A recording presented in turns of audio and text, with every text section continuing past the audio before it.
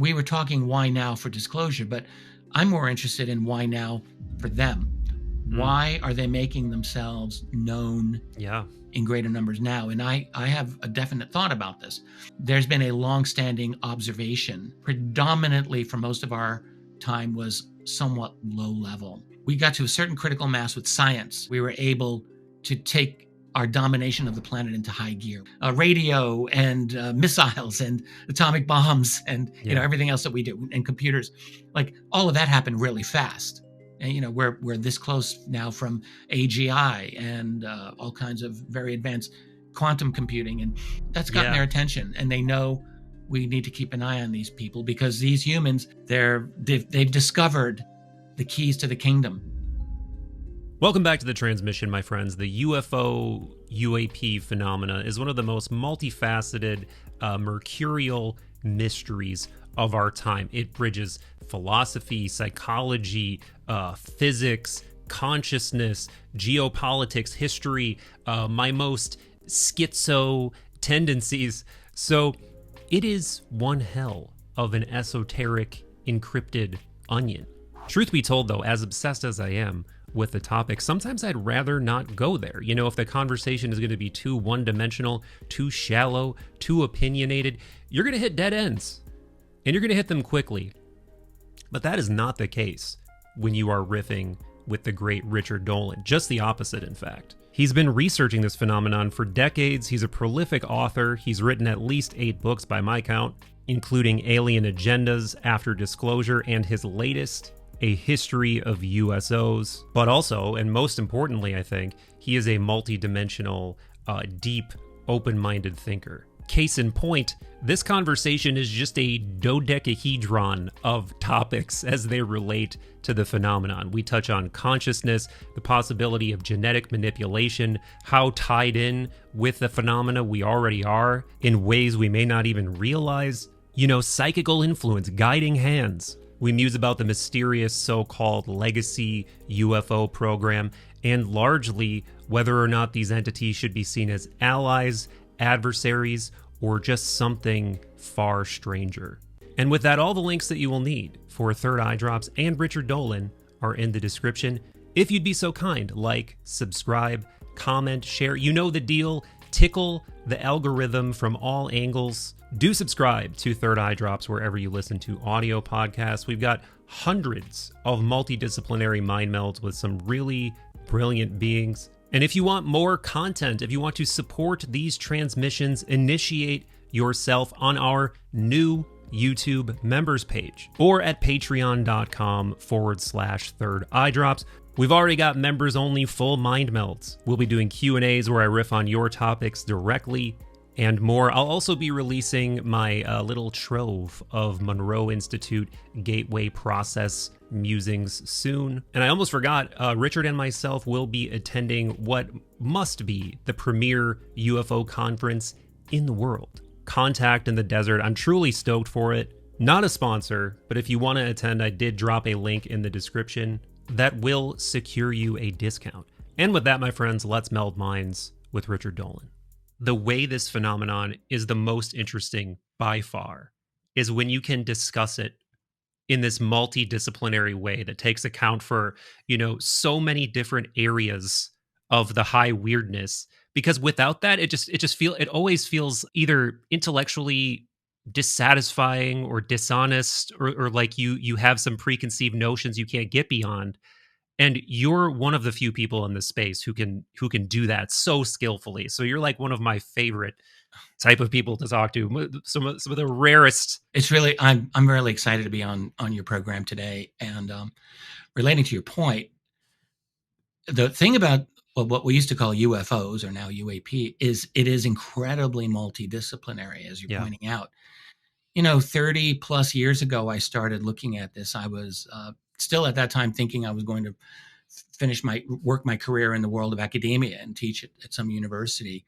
And I remembered asking myself, like, what would be the most proper department in a university for the subject of UFOs? Like, where would it belong? I came at it through the discipline of history, But there's other ways. You could look at it through psychology. You could look at it through sociology. You could look at it through anthropology. You could look at it through all sorts of sciences, physics or chemistry, or if you want to study ground traces in the soil, or you could look at it through the study of consciousness. Yeah. Sorry, you were saying what? I just said classics for another. Yeah.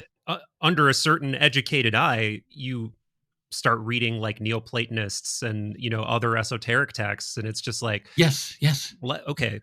Let's so just it's a replace subject, one word with another. Yeah. It goes all over the place. I mean, it's such a comprehensive realm of study, and that doesn't even cover all of it. There's people who you could spend an entire lifetime studying, just like being an investigator, like a detective, and studying the specific cases and trying to figure those out, what happened. Or you can study abductions, or you could, and those are rabbit holes that could be all encompassing.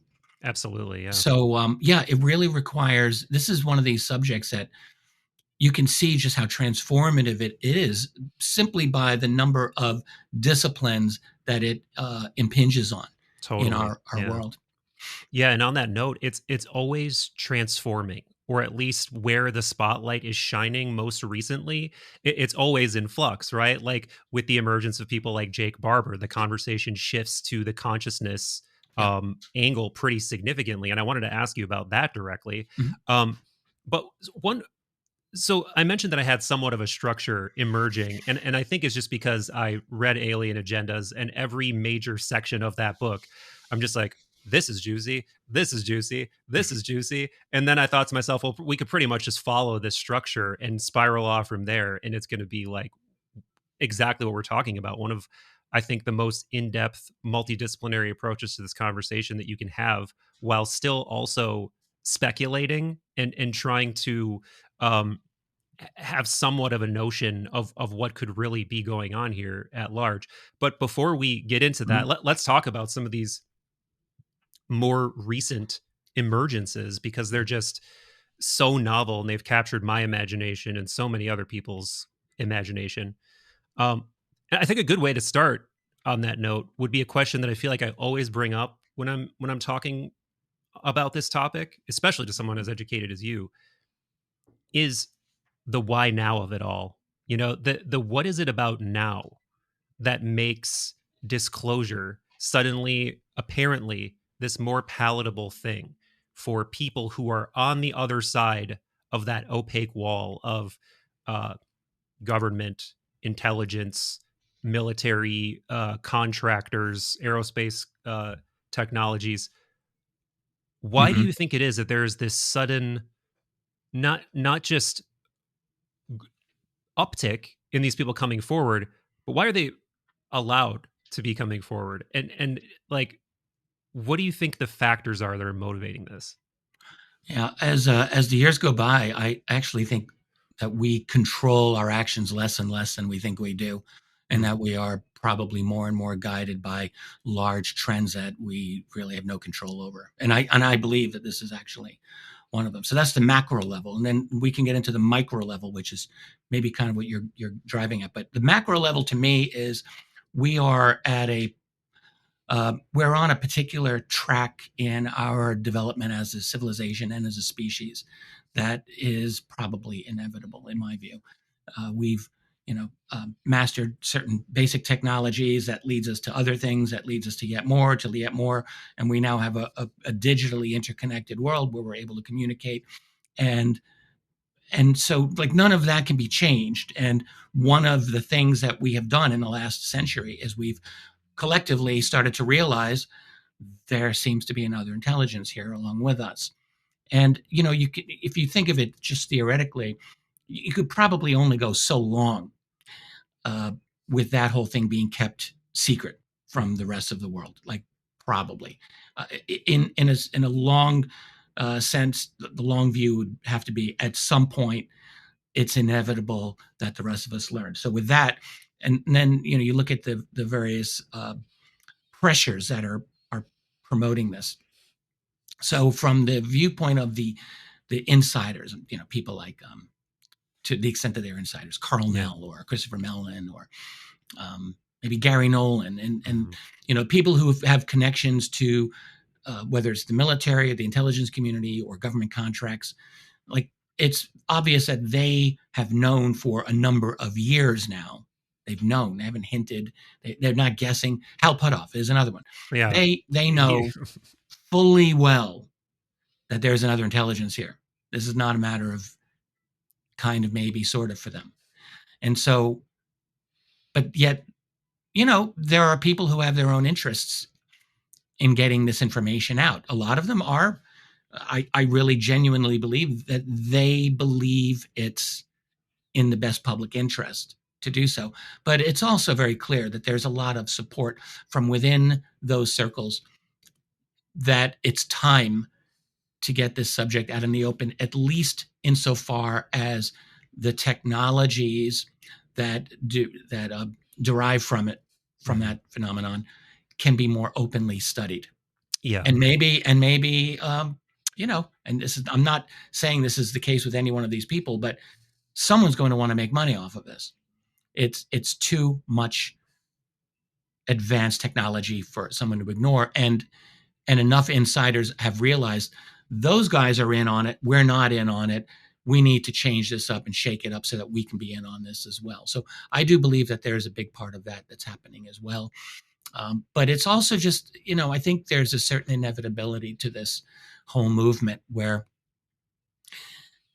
we've had global internet for 20, 30 years, depending on how you look at it, and it's created a critical mass, in my opinion, that enough information has now been shared that it's just becoming more and more difficult. And we're not at the tipping point, but I think we are getting close to a tipping point. Yeah, it certainly feels like it. If it is what it seems to be from an interested member of the public, and it really is that there are organic reasons for this happening, and or maybe more egalitarian reasons for this happening. I mean, it fits with the times. It's very Aquarian, right? Supposedly we're shifting into this archetypal age shift, where I was just talking about this with my wife yesterday. Yeah, we listened to the song "The Age of Aquarius." right, yeah, Great song, by the way.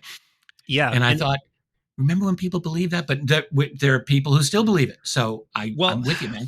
Well, I'll tell you, like, I'm one of my biggest philosophical influences is Jung, and he really got me to take a second look at astrology from like a more archetypal standpoint. And then people like Dr. Richard Tarnas, and I'm not sure if you know James Hillman, the late post-Jungian. No, I'm a big fan of Jung. I'm a very, very great admirer of Carl Gustav Jung. You would love then. Hillman's most well-known book is called Soul's Code. Okay. I think you'd really like it. I'll resist the urge to go down that rabbit hole. Well, but anyway, we can do some Jung later. I think Jung was almost alone among many 20th century thinkers in the depth and the things that he saw that other people were not seeing. Absolutely, that he saw. Yeah. And I'm a big fan of him. Yeah, I mean, yeah, like half the content on my channel is Jung content, so believe me, I could get swept. I could get swept into Jung so easily. But resisting the urge to do that, on this topic of why now. I mean, one of the obvious potentials in my mind is that there is something coming that can't be stopped, right? And there's been, this has been alluded to by people. There's sort of this almost like prophetic streak that something is coming from people like the Bledsoes. Elizondo has alluded to this in interviews, that he knows of something that could be coming in like 2026, 2027. I think maybe I'm wrong, but I feel like maybe Barber has said something to that effect as well. So there's that whole angle. There's the ever skeptical part of me that thinks this is all like part of some massive psyop that could be related to some kind of next generation technology or attempt to exert some kind of control that only some kind of like false flag event, the whole blue beam, some version of the whole blue beam thing. But assuming that it is at least close to what it appears to be, and that there are real organic reasons for this occurring, and maybe benevolent reasons ultimately. Yeah, I couldn't be more fascinated by that question, and I do hope that it is what it appears to be. Well, I think we've got a variety of forces behind the scenes positioning themselves for this. So The wolves never go away. They are absolutely in there as well. And by that, I simply mean, I think there are people who are positioning themselves, like, for example, working through the members of Congress now. Mm-hmm. Members of Congress are talking about transparency to whatever degree they can, whether it's Burchett or Luna or Burleson or any of the others. And it's easy for me to think, because I've talked to some of those members of Congress, that they actually are sincere as far as they can go with it. Yeah. I don't really think that they have illusions about thinking they're going to change the world here. I think the ones that I've either spoken to or listened to, they all seem to realize that there are powerful, powerful players on the other side that will do anything possible to prevent this subject from moving forward. And there's still a very, very strong intransigent faction. They may be the strongest faction, probably, that not only is doing whatever they can behind the scenes to, squash legislation and things like this, but they still have access to the legacy media, the establishment media, and there are hit pieces in the media that still go out all the time, every week, on this subject. I see them because I track them, and so when people think, oh, we're in a new era where we're talking openly about disclosure, yeah, to some extent, but there is still a very, very strong backlash against that is very, very strident. So I think that there's a variety of groups that we can call them factions, that are positioning themselves for their own best advantage, and I don't know how that's going to turn out. Think of it this way: the amount of information that has come out in our public realm over the since 2017, last 8 years, it's extraordinary. Really, we have had so many admissions coming from the government that if it were 10 or 20 years ago, we would have thought this would cause disclosure. Absolutely. And it hasn't. We've had the Navy admit that, yeah, those UFO videos, those are real. We've had the Navy and the Department of Defense admit, yeah, we have tracked UFOs. In fact, we had ATIP and we had OSAP when we told the public we had nothing of the sort. And all of these other encounters, Ryan Graves and the Tic Tac. And so these are the USS Omaha, the leaks that have gone to Jeremy Corbell. It just keeps happening. David Grush, you would think, I would have thought anyway, like 15 years ago, if I had learned that these were going to come out, I thought, okay, this will cause the whole house of cards to come down, and that's what has not happened. So what I'm saying here is the establishment, the power behind the establishment, they have not given up. They have not walking away from the table here, and they're doing a very good job at playing defense on this and managing the narrative to a remarkable degree. They continue to do this. Yeah. Yeah. One of my sort of, dark takes is that it seems like, because of this panoply of forces, who by the way, I'm curious who you think these people who are still pushing back are in an organized way, who they are and what their motivations are. I'm curious if you have a strong opinion on that. But I do. but also, there's the old line about, like, the fear of disclosure causing ontological shock, right?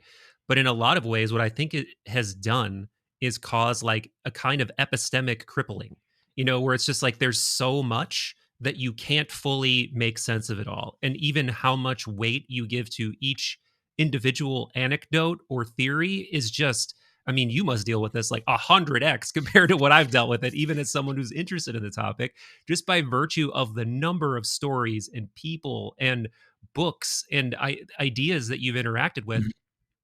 And you're one of the very few who has, I think, emerged still level-headed and still able to, like, not be a complete schizo wreck. But I think there's a lot of people who either, get so sucked into it that their sense-making apparatus is completely off kilter, or they're just put off completely, where they're just like, I just can't interact with this. There's just too that's much. really true. Yeah.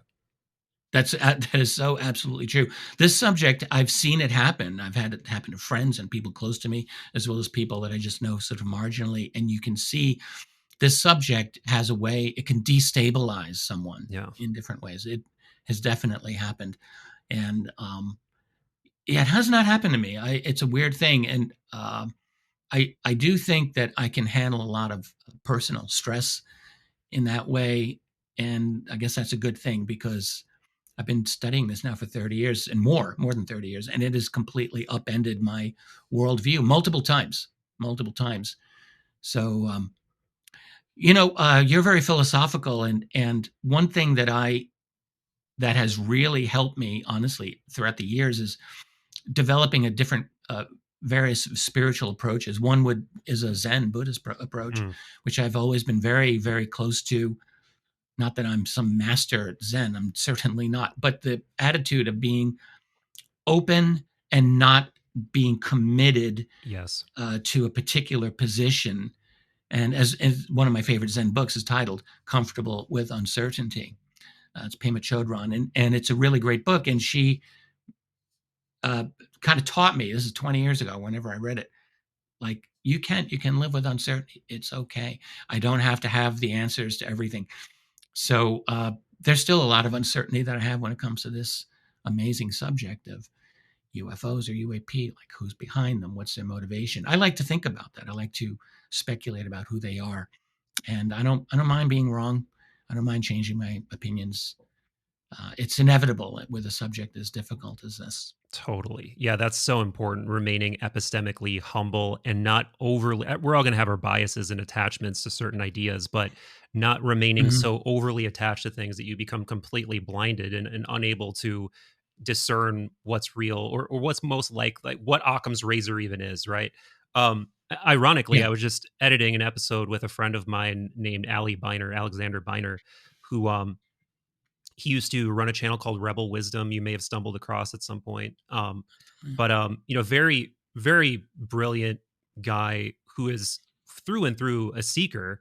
But he said almost the exact same thing as you, but coming more from the purview of someone who's done a lot of deep work with psychedelics. Like he was in those extended state DMT trials you may have heard of Ah, at Imperial College. And yeah. yeah, he says exactly the same thing, that like when Okay. you're going into these realms and you're interacting with these phenomena and beings and intelligences and whole just things that couldn't seem more real and more compelling and more ontologically shocking, at the end of the day you still have to come out of those experiences being like, yeah, that was a phenomena that I experienced, and now what, and now Yeah.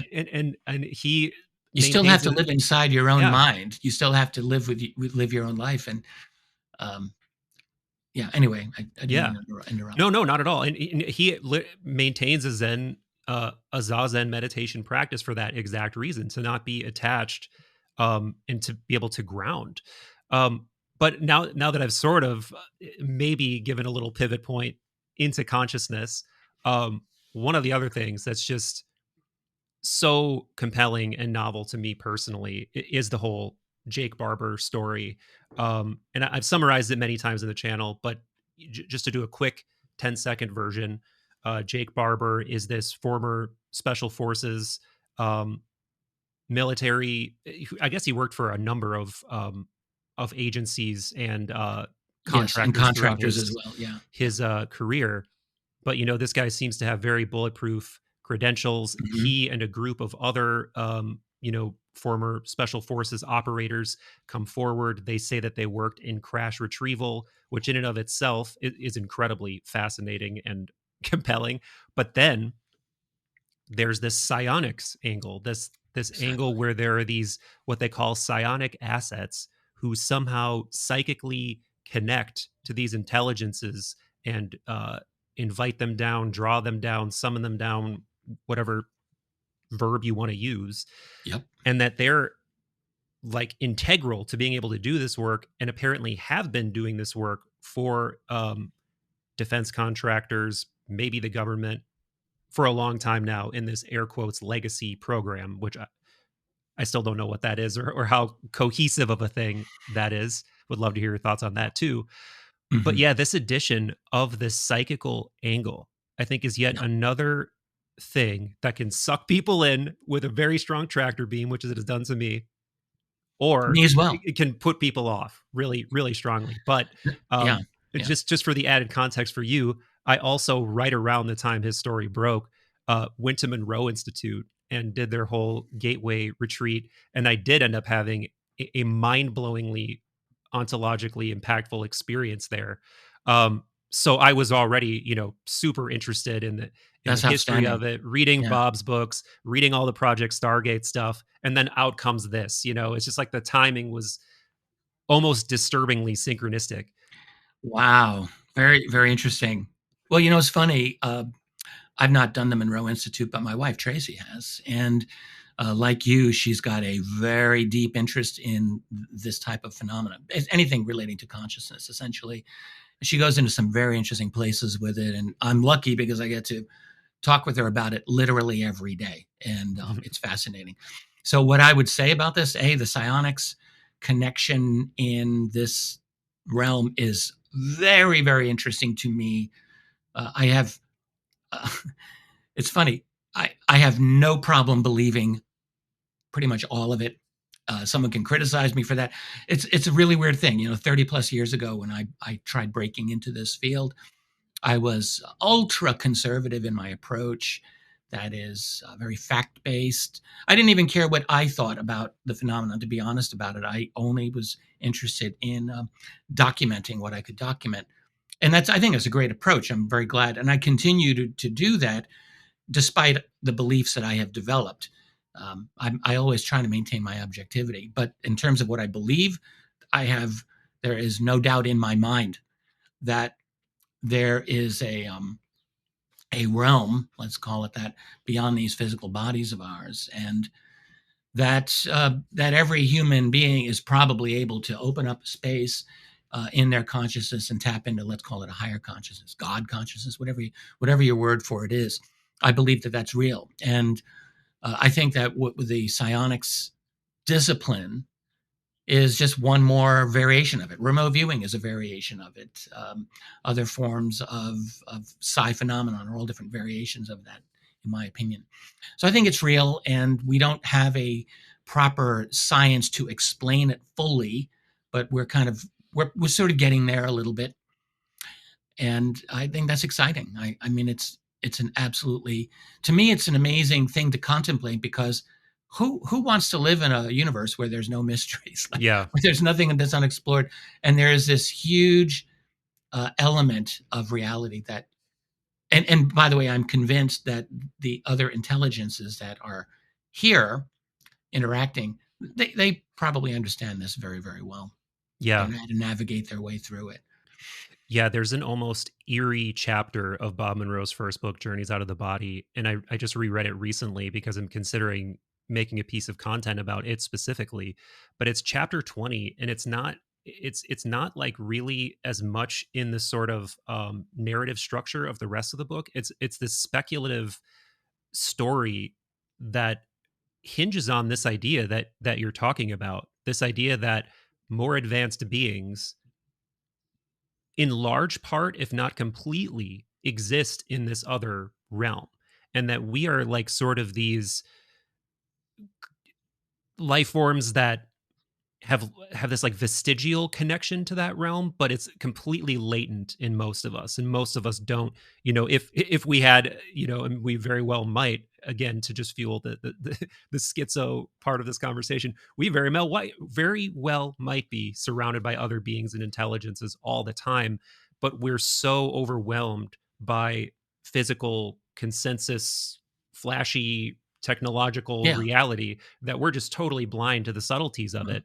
It's probably inevitable that we would be sucked into this world. I mean, this is the dimension that we're in. Where physical reality, we have to live and survive in this realm. So of course we're going to be focused on that. But yeah, I agree.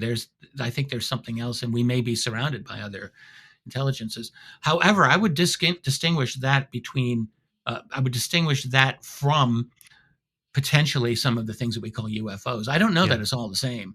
I do believe that there are literal extraterrestrial beings that literally come from another planet, far, far away, but that they too have figured out a way to navigate through space time in some way that we haven't yet done, Hmm.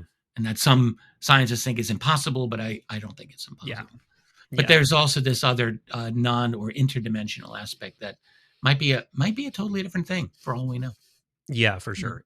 Impossible seems to be a word that is completely dependent on whatever map of reality you've chosen to commit yourself to. Like if you're fully committed to like Einsteinian relativity, sure, it sounds pretty impossible. But I want to get into this in depth. But before we leave Mhm. the psionics part of the conversation, I know you have done as a historian, and I'm sure from your own personal interest, have done quite a bit of research on this whole time during the Cold War, where SRI and other groups were doing government sponsored intelligence um, agency sponsored studies of psychic phenomena, psychic Yeah. spying, Mhm. remote viewing, PK, all of these other things. Um, and the most famous project with all of this is Project Stargate, and then there's all these other sub projects off of that, like Grill Group Flame, flame. Yeah. Mm. um, Center Lane. There's a whole bunch of them. Yep. But so when you even just take a shallow dip in that history and then see that there was this 20 plus year at least interest in this phenomena, how we can use it for spying, It's how never gone. It's never stopped. exactly. This is It's my never question. stopped, that This is interest. my question. But yeah, 95, I know this story actually quite well. I Yes, talked please. about it at length with the late Jim Mars, who was a Yes. wonderful friend of mine. So Jim Mars in the early 90s was onto the remote viewing program, and he actually was writing the first expose of it ever. And that got blocked by his publisher. That was complete national security state intervention in Jim's book, which eventually later was published as Psi Spies, and I think it's still available, probably.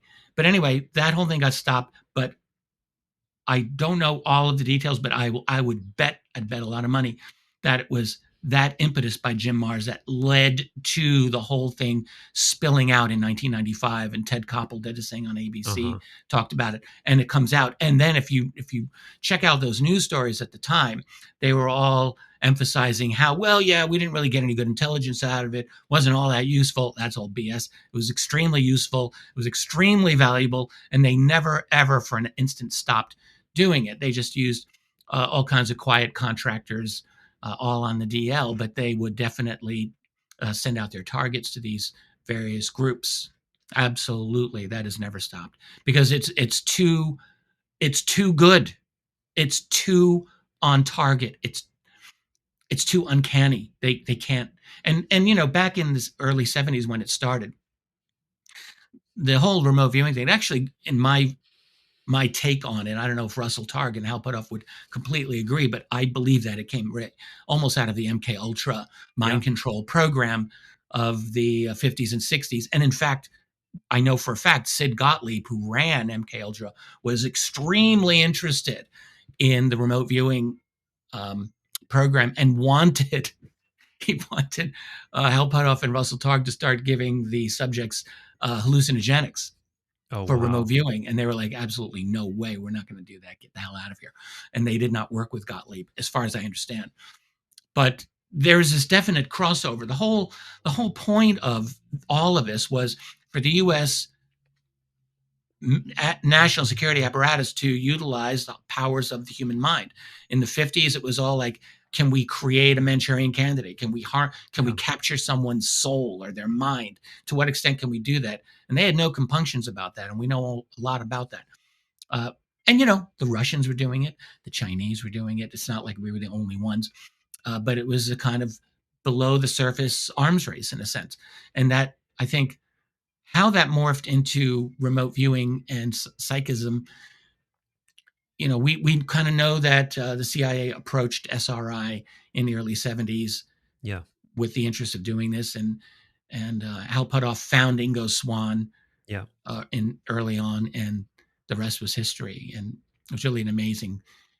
It's an incredible story, and I don't really know if it's really been told as properly as it needs to be. I was just going to ask you if you've read Phenomena by Annie Jacobson, because I thought that was a really, really well researched, really well Probably, put yeah. together Not yet, not yet. book. I have not read that treatment yet, and I know Yeah, of it. she starts with the Nazis' interest in the esoteric, and then how a lot of that research ends up in the hands of the Allies and the Russians, Yep. and that they're exactly to your point.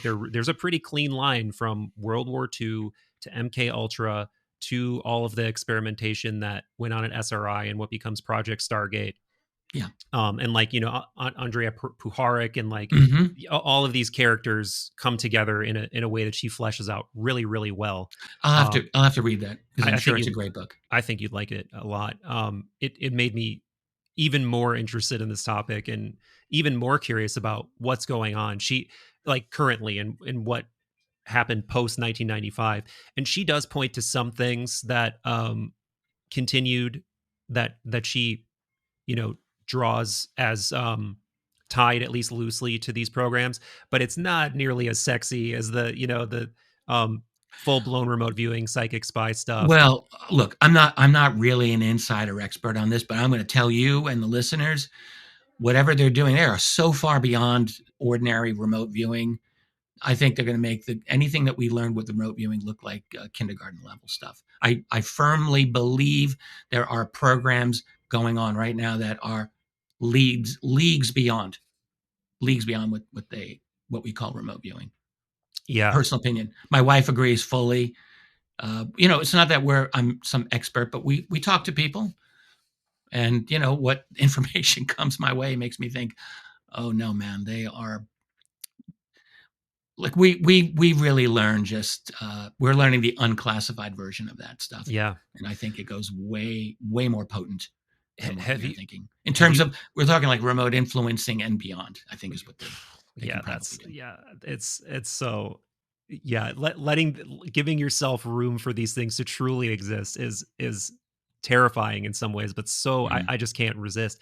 Have you by chance, there's a guy who it's now come out, um so it's every time I every time I feel like I could be betraying someone's privacy, I feel a little about it, but it's been said publicly in multiple places, so I think it's Mhm. okay to talk about. But there was a guy who was getting a lot of eyes on Reddit, claiming that he, as a kid, was kind of groomed through the gifted and talented program, and then was eventually brought into this classified program where he did all kinds of psionic Okay. things at the behest of a um, or involved in a classified some kind of SAP, and he even names the defense contractor who is in charge of it. But here's the interesting thing: is his pseudonym? I think it was Martin. It's Martin. Okay. So Martin later turns out to be Jordan, who is on Barber's team and is one of the psionic assets on Ah. Barber's team. So for a lot of people, this brought a lot of legitimacy to this piece of lore. And Well, man, he's if by no means the first person to make this type of a statement anyway. right, By right, no means.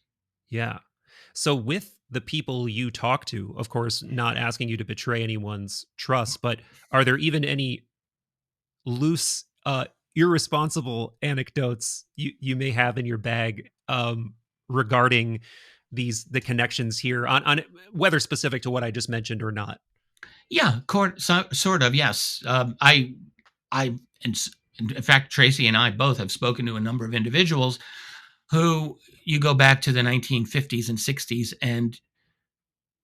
and they were clearly being examined or groomed for future work along some lines like this. I think what we could say is there were programs in place at least by the 1950s, and then beyond that, to identify exceptional young people, whether that would be through psychic phenomena or maybe more conventionally like through mathematics, like who's got amazing talent that we're going to want to use. Obviously, that those programs have existed for a long time, but definitely in terms of some of the more unusual things like psi phenomena or anything having to do with ETs. And I don't even know who's running it. Are we running it or are they running it? Like there Right. are some very interesting behind the scenes stories of individuals. I find them totally credible and believable, who have said to us, uh, I used to meet with these people, they would bring me out of my house at night. I would go and meet them across the field. And I can't really remember what I did with them, but this went on for years and years. And this is what they look like. Like, I've spoken to people like that. And more than one of them, more than one person. So there's something that's been going on for a long time by which special individuals are being identified, cultivated for, different purposes. I believe that that's the case. Yeah, there are some elements of Martin, in air quotes, I guess Jordan's story that really illustrate this, that even they don't know what they were doing. Like they train, there's I won't go deep into his story because I by no means have it memorized and don't want to get any of the details incorrect, but there's this one particularly just mind-blowing anecdote that he tells about. So he's basically been living in this school, I believe, for I think it's like 2 years or something. He's like Okay. basically living on site at a school that appears to be some kind of school for academically gifted children, or maybe it's actually even like neurodivergent children. But either way, Okay. he comes to this through the GATE program. And there are various things that experiments they're doing with him, that he outlines in his story. But there's one particular occasion that happens to him one time, and it's just so weird that I wanted to ask you if you've ever heard anything like this in anyone else's stories, where there's like all of these people, like some team of people bringing this, who have this box. And he's brought into this room later where the box is like all broken apart, and it's like this thing has been assembled or has been brought out or whatever, and it's covered by a cloth. And there's a woman there who's telling him, okay, I'm going to show you something and I want you to tell me how it makes you feel. So she removes the veil from the cloth, and it's like this orb. It's like some kind of, like, I think he said like 2 foot by 2 foot orb or something. I could be getting the dimensions Okay. wrong. But the orb is just like there's some kind of like swirling energy inside of it. It's like Lord of the Rings. Yeah, I know, right? It's like Sauron. Yeah. Sauron. So keep going. So she's asking him, like, like, focus on this. How does it make you feel? Like, and I believe he's sort of not getting too much from it. And she goes, well, take your time, but it kind of decides who it likes. She says something like that to him. And then, he spends time with this orb, and I can't remember if he said anything super noteworthy happened, but the bottom line was he never saw the thing again. Like, it was clear that they wanted to expose him to this thing to see if he had whatever ability to connect to it, and it didn't seem to fully work out, so he never saw it again, never got an answer about it. And it just remains one of those curiosities that it's like, look, let's just, that could be a crazy story, but it could be true. Why? Yeah. If we assume, if we credit enough UFO or UAP stories to acknowledge that someone who's very, very, very advanced, more technologically advanced than us, is here, well, then why would it be impossible to assume that some of their tech would be like something like that? I don't know what that thing is. There's all kinds of lore in the UFO field. There's the so-called Yellow Book and the Red Book, and all of these are said to be classified or secret, either by the aliens or us transcribing the alien information, that we're getting all of this special info somehow. And and we hear claims about artifacts of all types. So I've never heard that one before. That's a new one. But yeah, it's Stanton Friedman used to have his expression, the gray box. Like, if you didn't know if it was true or false, he'd say, well, I'll put that in my gray box. Yeah. And I have a lot of things in my gray box. Definitely. Yeah. And if I had just read this on Reddit, I'd be like, wow, this is deep in my gray box, but it's really interesting. But then, Jordan coming forward and being on Jake's team, it makes it suddenly seem a lot more like I might have to move this out of my gray box into my like seriously consider it box. Sure. But yeah, at the end of the day, it's all just weighing people's stories that we can't confirm, which is so frustrating. But it obviously doesn't stop people like you and I from speculating or being deeply interested. Well, there's things that we can say we know, as opposed to, and what we can know is that there's a genuine phenomenon that's real that has been denied by our military and our government for years and years and years. They lied. That's the word for it. They lied when they knew that there was actually something quite serious about it. I got into this subject decades ago by studying declassified U.S. military documents about UFOs, flying saucers.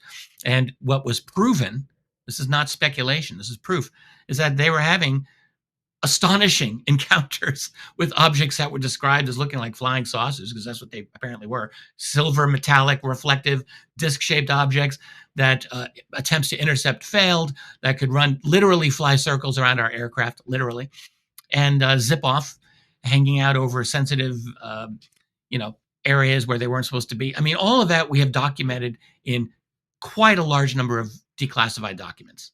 Yeah. So you're left with that, and you have to ask, if you want to be honest, is this just someone's having fun creating a fantasy for years and years, all these different people, or is there something to it? And I think it's fair to say there's something to it. So we know there is something profoundly significant about this phenomenon. We know that. And that it's not just explainable by secret American or secret Russian tech. I cannot think that's so. There's something there, and once we recognize that, now we're automatically going into a world of some extreme conclusions, but justifiably so.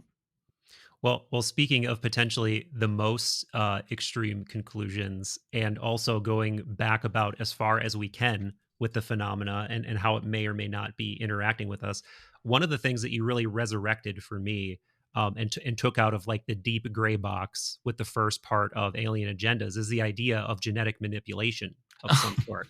Like, it's the one part of that book that I really need to revise. You regret? You regret? Okay, I do. Yeah, I think it was a mistake. Okay, it's okay. Well, then I won't even.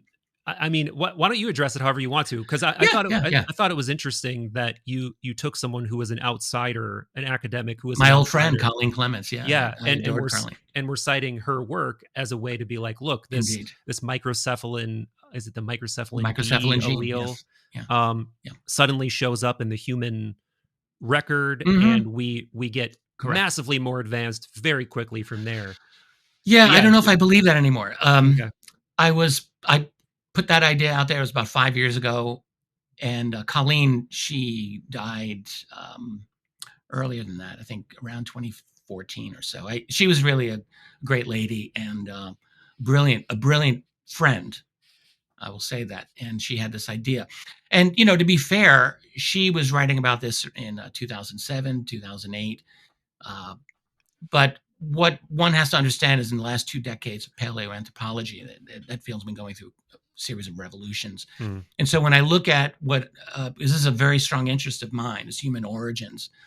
And I try to stay on top of what they're talking about in that field. And I think the whole idea of this.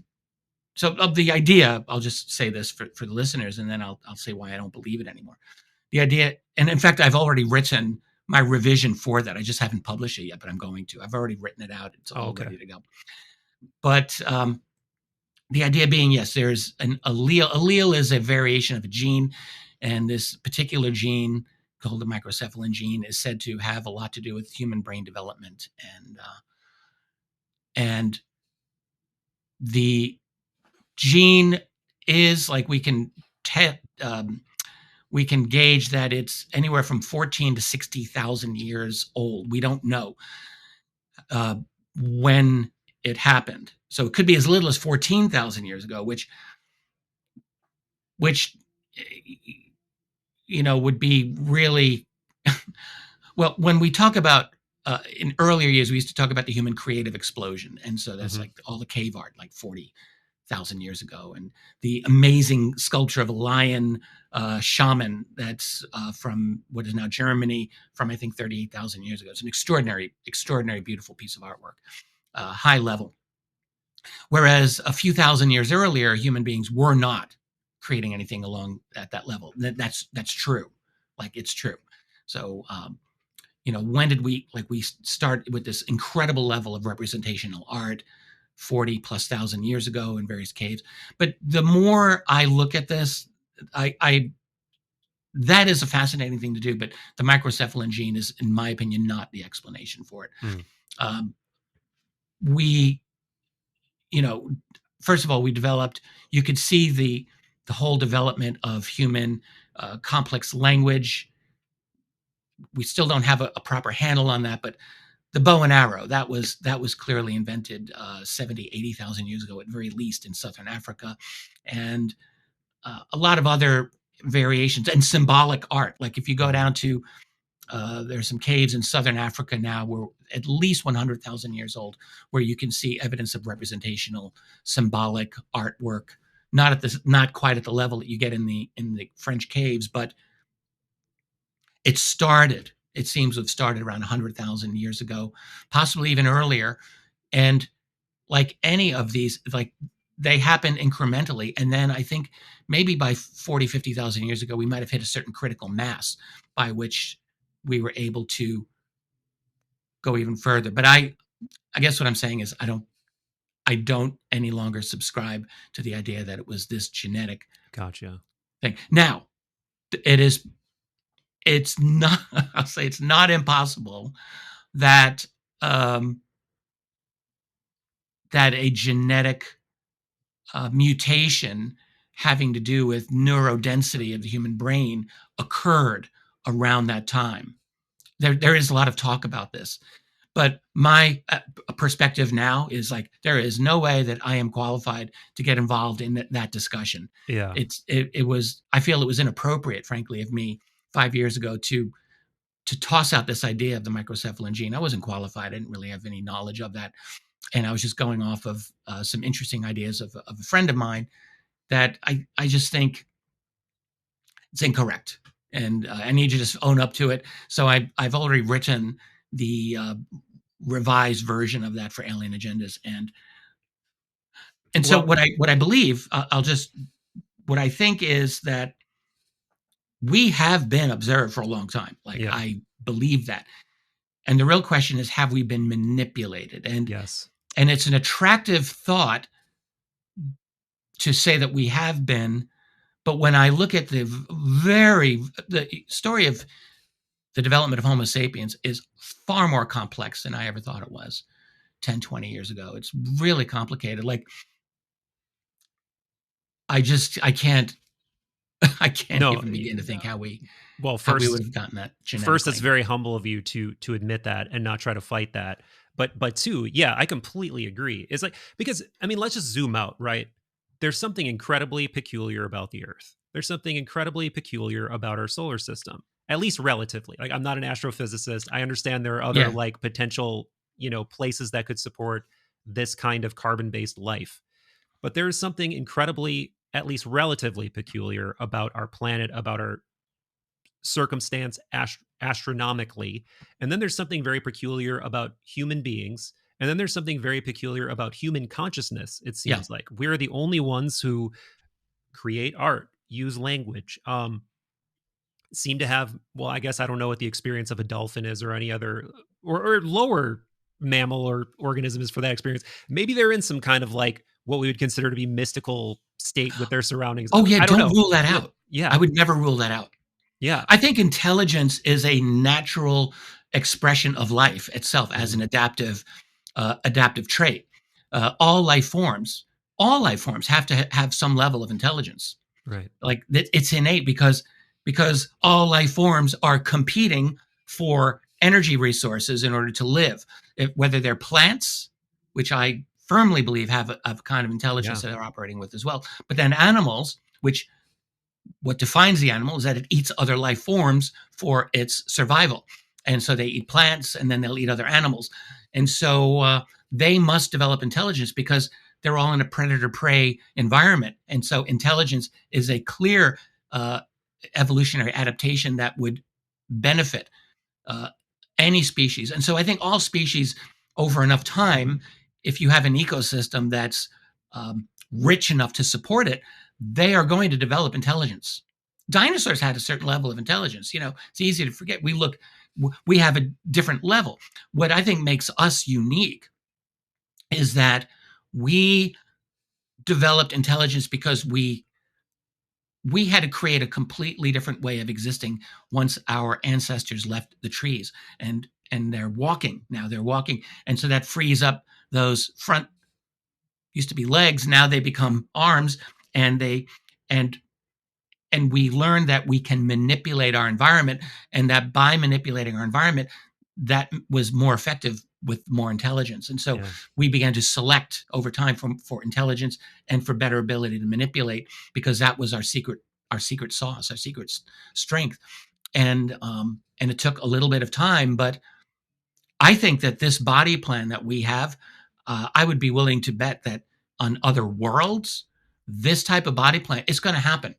In other words, some life form will get lucky to find a way to manipulate their environment with something like hands, and to select intelligence that allows them to do that. Um, and and once they can do that, once they realize that they can master other life forms on their world, they break the game, as we did. We discovered some genius in the past realized, oh, these grains that we've been walking by in the fields, these stalks of wheat, if you take those seeds and you crush them and you put some water and then you cook them, there's famine insurance right there. You got bread. And so, and then they're like, what else can we control? What else can we what other gifts from earth are there? Oh, we can round up these animals and we can just breed them instead of go hunting for them. And then we realized we have the ability to control this planet. So I think that we had a kind of runaway intelligence, Yeah. is what happened. Like, we we had this ability for manipulation, and it created this ultimate positive feedback loop for us that allowed us to break the game. Yeah.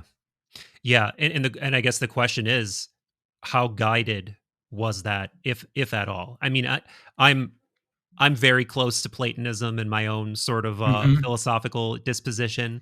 So I have no problem believing that it was guided by some kind of higher intelligence, logos, telos, I think there's a something. logos. I Yeah. believe that. I believe that there's um, I used to really try to guard what my public positions on these things were, because I was trying to Mm. protect my reputation. I don't care anymore.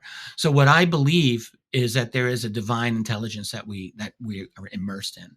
You call it the logos, you call it the Holy Spirit. It almost doesn't matter to me. It's Yeah. a if because if I think about what is the creation of this universe, so we're told, cosmologists will say, well, 13.7, whatever, 13.8 billion years ago, whatever it is, the universe in the most tiniest instant of a second is created literally Yeah. from nothing to more or less anything. It's like if you blink, you missed it.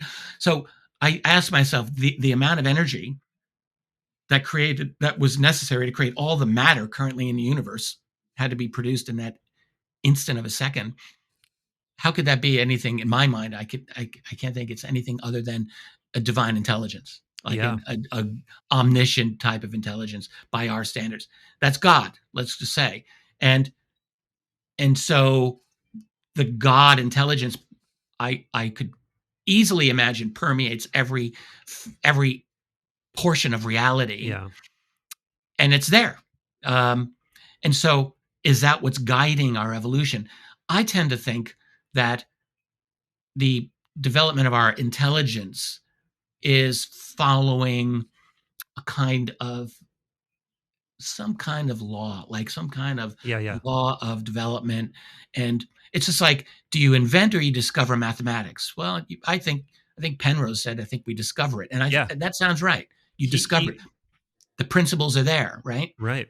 And so we're just following along those principles, Yeah, I think. exactly. Yeah, Penrose uses that triune model of reality where it's essentially like the observer, the observed, and the unseen third thing, which he calls the Platonic realm of forms, and that we're all kind Oh, of co-participating in one another.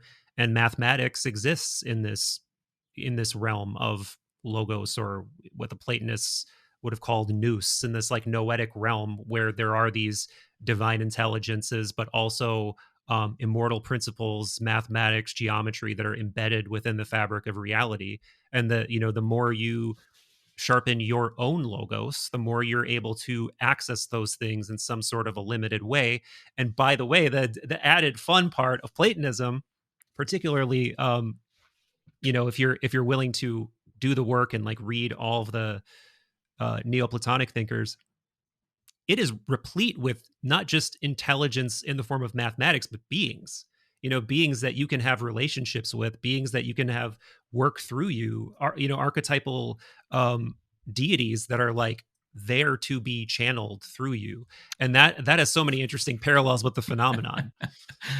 It's so crazy that we're talking about this. It's crazy for me to think about this because it just shows what a long journey it's been for me. But anytime that you and I are on the same side of a thought as Penrose is a good day. Right. Yeah. And I don't know how far Penrose takes his Platonism. Right. If he stops it at mathematical, I don't know. But right. But anyway, it'd be funny if Penrose believed in archons and deities and that kind of thing. I'm not really sure if he would go there, but on his deathbed, he just comes out as like some full blown esotericist member of some magic. It's like lodge. I'm a Rosicrucian. Yeah, that'd be awesome. Please. Speaking though of people who are like getting up there in age, a lot of these people who were involved, you mentioned some of them: Hal Puthoff, Russell Targ, Valet, unfortunately, like. A lot of the remote viewers like Joe McMoneagle. Joe showed up to my Gateway retreat and he made some joke like, I got a big stack of things that are going to come out the second I die, and it's got to make you wonder, like, and it just happened with Malmgren, right, on Jesse Michaels' channel. Like, absolutely. How many of these, like, what kind of a treasure trove? I mean, I don't want to like sit here and, hope that anybody's short for this world, of course, but the idea, there could be a lot of things that are about to go on the loose when people's times are up, which is, I hope so. They're all in their 80s or beyond. It's great. Like I consider myself a friend of a number of those people, and they are they're extraordinary, and a lot of them still will not. Like a guy like Hal Puthoff is a great example. I think he's 88. He's quite up there. He is just mentally so razor sharp, it seems like. Still. Absolutely. Yeah. He's an extraordinary man, and I've been lucky to know him for as long as I have. Guys like him, they know they have all their security clearances, and I've had people ask me, well, why doesn't he just spill everything he knows? And I just think they can't. I just think they don't feel safe to tell every single thing they know. I think some of them feel safer than they would have 20 or 10 years ago. And so they are talking more. A guy like Hal Puthoff is talking more than he ever did. He's made it very clear that he knows that there's ETs that are here. Like, I think he has made no bones about it, whether they're ETs or ultra terrestrials. I think he used that phrase. Yeah. I think he entertains different things, but I think he's now publicly saying pretty clearly, like, there's someone here. Yeah. There's no question about that. On that note, it's really funny because if you search his academic papers, a lot of it is hard science, physics. Then there's like a paper in 2022 called like crypto-terrestrials or something like that, where it's almost just like he wanted to, and I don't know if this is something he's done in the past, maybe he has, but it just stood out to me as like, okay, you got all these physics papers and patents and hard science, and then suddenly you publish this paper talking about extraterrestrial, crypto-terrestrial races. Yeah. I mean, there are very few reasons one would do that. Well, there's a few things, like if someone's researching Hal, like there was a letter that he clearly wrote that was leaked a number of years ago. Mm-hmm. It was a letter he wrote in 1994, a long time ago, where he was it Tibet Rutan? It was a letter that talked about he was doing some private investigation of the Roswell case in 1994, and he had met someone, and this is all out there. It's out in public domain.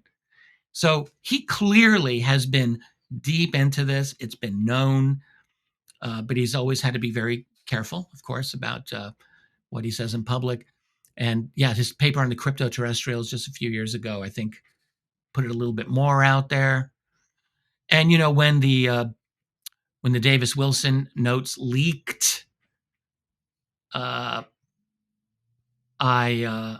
got a statement from him about those. That was 2019, where he kind of sort of authenticated them. Remind me what those are. Yes, yes. So this was a huge controversy when it erupted in 2019. It was something that I had personally known about since 2006 and talked a little bit about over a few years. So Thomas Wilson was a U.S. admiral during the Clinton and years, and then the George W. Bush years, where he was a member of the Joint Chiefs of Staff and then later became head of the Defense Intelligence Agency, the DIA. And in 1997, Dr. Stephen Greer was making the rounds in D.C. to talk to individuals about UFO related secrecy and rogue programs and things like this. He was accompanied by astronaut Edgar Mitchell of Apollo 14 and a number of other people. And one person they met with was Admiral Wilson, who was deputy head of intelligence for the Joint Chiefs at that time. And this is in April of 97. And Wilson clearly was interested in what they had to say. And Greer had information about certain reverse engineering type programs that he said existed. So Wilson went on a 2-month journey to find those programs within the Pentagon, and he did. He found several special access programs dealing with this subject. He was able to speak directly to the managers of one of those programs. Of a private contractor. These things were nested like the matryoshka eggs, one egg nested inside of another. And he finds it, he flies out there, and they essentially blew him off. They told him a little bit of information. They said, yeah, we have a disc. It's not from here. It's not made by Earth, not by human hands. And he says, well, it's your mistake that you had not allowed me in for oversight of this program. This is within the DOD. And they said, no, we don't really need to let you in. Who the hell are you to tell me I'm not allowed in? Well, we don't really need to let you in. And he said, well, I'll complain. They said, be our guest. We're not afraid of you. These are probably folks at Lockheed, but we don't know for sure. So anyway, he goes back, he does complain, and he's threatened with his career. He gets all pissed off. And after he retires in 2002, what I will call the Bigelow crowd, that is all the people like Hal Puthoff and Kit Green and Dr. Eric Davis and Colm Kelleher and all of these folks, Jacques Vallée, and Edgar Mitchell was part of that. And so they sent Davis to go interview Wilson. And he did, and he wrote like a 15-page typewritten transcript to the best of his ability of it. I read a certain portion of those notes in 2006. I was shown them. Wow. And I got the backstory about it. I talked about what I could at various conferences back in 07, 08, 09, 2010. It's all on record. On my website, I actually listed the instances in which I talked about this. Anyway. Do you have reluctance to talk about it? Well, there's certain things that I can't and still will not say. I will not say who's the person who showed me the notes. Sure. But it's a person who is able to do that. And so what ended up happening was Wilson, I found out that it was Wilson at the end of 2006, and I reached out to him. And the person who showed me the notes, he said, well, Wilson's not going to cop to this at all, because like this would bring everything down. If Wilson were to admit that as deputy head of intelligence for the Joint Chiefs, that he was denied access to an ET reverse engineering program, I mean, holy crap, that would blow everything out of the water. And I knew that, but I thought, well, I'm just going to give him a call anyway. And it was the only gotcha interview I ever planned on anyone. I still feel a little bad, but I couldn't in advance tell Wilson, I want to ask you about these. Right. So, but anyway, he was willing to talk with me. And then I said, your name is connected to these notes and to this meeting that you had. Actually, I didn't mention the notes. I said this meeting that you had with Stephen Greer, because Greer actually did the work for me. Greer had written about Wilson as well in a book that Greer had just written called Hidden Truth, Forbidden Knowledge. And he mentioned Wilson. He mentioned the meeting. Wow.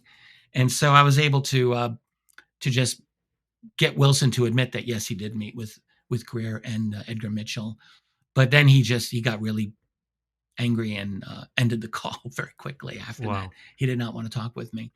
Anyway, the Wilson Davis notes, like, it's very important because it's not a declassified document. It's not an official government document, but holy crap, it is a very, very detailed description by a brilliant scientist, Eric Davis, describing his conversation with this retired admiral about that retired admiral's failure to get access to black budget program for the purpose of reverse engineering alien tech. I mean, it doesn't get any better. Yeah, that's incredibly juicy. Were there any specific details of that note that really made you take notice?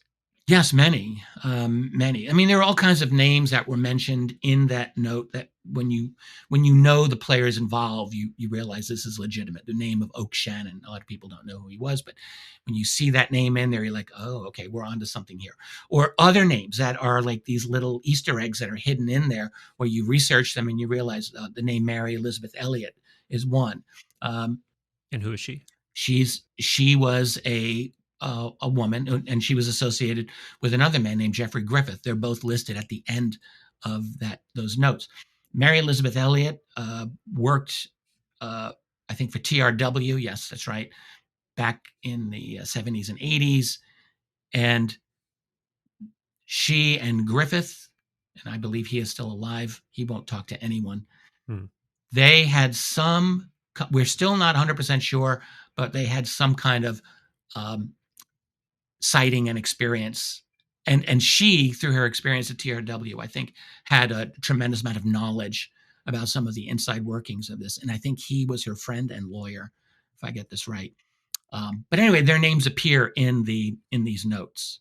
Wow. And they provide a kind of interesting further bit of research. Like when you start looking into these different aspects of the notes, you realize like there's a lot of content in there. Wow. Wilson made the one quote that Davis highlighted. He said, when I realized what this was, he says, this was technology not of this earth, not made by human hands, was his statement. Not made by man is the other part of that. The whole thing came, I was shown 3 pages of that in 2006. I wasn't allowed to photograph it, none of that. I just had to go off of memory. And then the whole thing leaked out in 2019. Okay. After Mitchell had died, and in his estate, he had a what we're talking about. Yeah. He had a full printed version of all the notes that ended up in someone's hands, who then JPEG'd them, and then the whole thing got out before long. Was this, you talk about something else in Alien Agendas having to do with Edgar Mitchell's estate. It's not the Carter story, is it? Or is it? No, that's I was given the Carter story by another very, very high level, a very, very brilliant high level man who is in a perfect position to know these things. So yeah, what I was told was that I think it was in June of 1977. So Jimmy Carter was a new president. That was his first year as president. And I was told by this gentleman, who, again, I must emphasize, is an extremely brilliant man, and who had very close association with that world, I'll just say, that Carter was briefed, and this man did not know exactly what was said, except that it was related to the matter of ET, UFO, but that when the meeting ended, Carter was seen with his elbows on his desk and his head in his hands, and he was either sobbing or looked like he was sobbing. Wow. Yeah, that's such a crazy story. He was deeply upset. That's such a crazy story. That's what I was told. Yeah. What do you think he was told specifically? Do you have a theory on what on what that version of events is, what the official version of events is? I can imagine a few things. Yes, I have no doubt Carter was told, UFOs are totally real, that the entities operating them are vastly beyond our ability to control. I have no doubt he was told that. But what was the thing that upset him? Maybe that was the thing that upset him, or maybe it was the fact that the secrecy about this was so intense that I have very little doubt that the president of the United States was given to understand that there is no way this was going to come out, and that people, people could die. I think that I would believe that that's probably what he was told. I don't know if that he was threatened himself, but maybe there might be all kinds of implied statements that were made along those lines. Was he told that the aliens are good guys or not good guys? I can say pretty confidently that within the classified world, some of these people, there's at least a prominent belief that at least one group is a scary group. That maybe not all of them, because I think the impression that I've strongly gotten is that the belief is that there are multiple groups that are here, and that at least one of them you wouldn't want to be alone in a room with, that kind of thing. Wow. So now we're, I guess, at least obliquely touching up against this, what is people are calling the legacy program, right? This group of aerospace contractors with basically bottomless pockets who have been doing possibly reverse engineering work, who have maybe even been working with some of these intelligences or alien races or whatever they are. How cohesive of a thing do you think that is?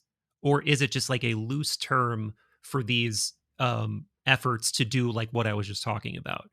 Like, maybe they found something and they all kind of passed this material around and tried to learn what they could from it, all the way on up to like a very organized, Greer style, hidden all powerful entity that's secretly pulling the strings of everything from behind the scenes. What does your heart tell you? Yeah, well, Harold Malmgren, who we referred to him just recently in his exceptional interview with Jesse Michaels was really important. And then, right after he did that interview, basically his health collapsed and he died. Unbelievable. So one thing he said that really struck me as exactly right is the fragmentation of the knowledge, that it's scattered in a variety of places, so that no one group really has all the information. But that, presumably there's some elite group that's collecting all the threads and that has the information. But your question is, there are all of these. There's a variety of stories and claims of various types of human, non-human interaction, and they're not all completely congruent with each other. But there's enough of an overlap that I tend to believe them. So you've got the story of someone like Dan Sherman, who wrote a book called Above Black, where he talked about having a kind of telepathic training within the Air Force to communicate with these beings in some way using computers. It's very interesting, and I have always found his case. It's not provable, but he's given enough information about who he is. I tend to believe him. I'll put that right out there. And then you have the other people like the late Bill Newhouse, who worked at in the places out west, like Area 51 type places, or Dugway, I think he was at, where he talked about reverse engineering programs and literal collaboration with an alien that was called J-Rod. And he has this whole story. And Newhouse, he is a guy that you can find clips of him out there, and I believe him. There's Bob Lazar. I do believe the Bob Lazar story. I think it's true. I think it's a true story. And there's a bunch of others like this. So I think they're not all exactly the same, but there's enough of an overlap that I think that there's something going on. So I think there's been a type of communication. We have the legend or the story of Holloman Air Force Base in 1964, where there was a landing and some kind of interaction. I think that actually happened. So you asked in the beginning of this interview, why now? Yeah. And we were talking why now for disclosure, but I'm more interested in why now for them. Why are they making themselves known in greater numbers now? And I have a definite thought about this. I personally believe, going back to the Alien Agendas book, there's been a long-standing observation that predominantly for most of our time was somewhat observational and low level. not not massive interference. I don't think so. I don't think that there's a good case to be made that they were actively interfering. Some people believe that there were. Our religions, or Jesus, or Buddha, or these uh, people of the past were alien avatars. I don't know, maybe. I don't tend to think that, but I do think that once we, as a civilization, in the last couple of centuries, we got to a certain critical mass with science, that we were able to take our domination of the planet into high gear, once with industrialization and the understanding of scientific principles that we could apply to really control the world, to create railroads and telegraph and telephones and radio and missiles and atomic bombs and everything else that we do, and computers. Like, all of that happened really fast, and I think that's what's brought them in. I think the big conflagration of World War II probably got their attention big time, and perhaps the detonation of nuclear devices, probably. And we can see, like, there are some pretty good sightings of the ancient past, but not that many, and it really explodes in the middle of the 20th century. It just goes through the roof, and I think it's not solely because we're able to notice them more. It's partly because of that. I mean, we have better detection methodologies, and we're spread out all over the place now. We can see them, but people lived outdoors all the time hundreds of years ago, and occasionally they would note something unusual, but it's not like today. I think there's a much more active presence. So I think the fact that we're about to leap into their world, as I like to put it, that's gotten their attention, and they know we need to keep an eye on these people, because these humans, they're very observant. They've discovered the keys to the kingdom, and we're this close now from AGI and all kinds of very advanced quantum computing, and so we're reinventing ourselves as a species, not just as a society. I call it the fourth stage of humanity, which in fact I think I mentioned in the Alien Agendas book.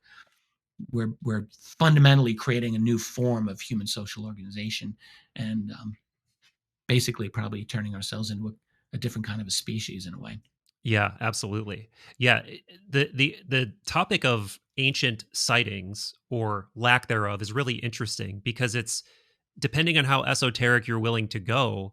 If you read something like On the Mysteries by Iamblichus, who's this Neoplatonist sage who's living in like around 200 to 300 CE, like the phenomenology of so he was really into this mysterious practice that we've lost a lot of the details in, called theurgy, which essentially means something like working with the divine. And when he starts talking about manifestations of things, he uses words like photogogia, which is like types of light that come to you. And he also talks about like soul, like being able to call down like soul vehicles of deities and stuff like that. So if you're willing to go into the more esoteric stuff, you're like, well, wait a minute. Like, it kind of puts you back in the sort of like ancient aliens territory of like boiling everything back down, mystical and anomalous, to that again. But I have a hard time. I like you think it's probably multiple things. Like you have these what I would probably call spiritual or consciousness based phenomena. Then you probably have like bridge things, like, which it kind of seems to be what Barber is pointing to, with like the mental, deep emotional connections he made to that eight-gon craft or whatever. So it seems like there's this spectrum of, like, as you pointed to, nuts and bolts, perhaps literal extraterrestrials or something else, or a mixture of things that are physically real, to things that can that are transmedium, to things that are fully in this realm of like whatever we want to call it, the astral, the nous, the consciousness, whatever. But yeah, that point that you brought up about why is it a good time for them, I think is a very good way to frame it, because to your point, there are so many novel technologies that are emerging now, AI, especially quantum computing, especially. But the other thing in this book that I wanted to bring up, I guess one of the other things I wanted to bring up, is this idea that maybe it's not going to be some, sudden pulling of the tablecloth off of reality. It's that they've been sort of seeding themselves through humanity for a long time in a lot of ways, but also literally in terms of like mixing their genetics with our genetics, and possibly even positioning themselves in important places of power. And Mm-hmm. once you open that door, oh my god, again, we're in like massively schizo territory. Yeah. But you do a good job of, like, I think, making that sound really plausible. And Okay. is that one of those things, to my memory, you said you may have changed your mind on along the way, like you've No, taken it. I'm Okay. very, No, I yeah. mean, in terms of taking it more seriously than you did like years and years and years ago. I no, I think it's absolutely, for me, it is on the table. In other words, the question of infiltration Yeah. is what it sounds like. And that has got to be on the table. It can't not be on the table as a possibility. How could it not be? Honestly, if you think about just logically how it would be if you were one of them, if you were an alien, um, and now you're here, uh, and you have a mission. I Yeah. guess, so your mission would be what? Is it just to observe? Maybe it's just to observe and preserve as much biological diversity as you can, because we're going through a sixth planetary extinction process right now, and that's a reality, and we're just, it's happening. And so you might want to just preserve life forms, including the human one. Also, if you know that they're all toxifying themselves with Right. microplastics and all of the kinds of crap that we're ingesting and transforming and probably harming ourselves and the global environment, you might want to be tracking that. You can easily see some kind of longitudinal eco study. But also, you might covertly, maybe hiding it even from your own superiors, or maybe hiding it from other intelligences that may be here too, because there could be, for all we know, there could be a massive power play going on here. You might want to create your own avatars and insert them within human society in some way or another.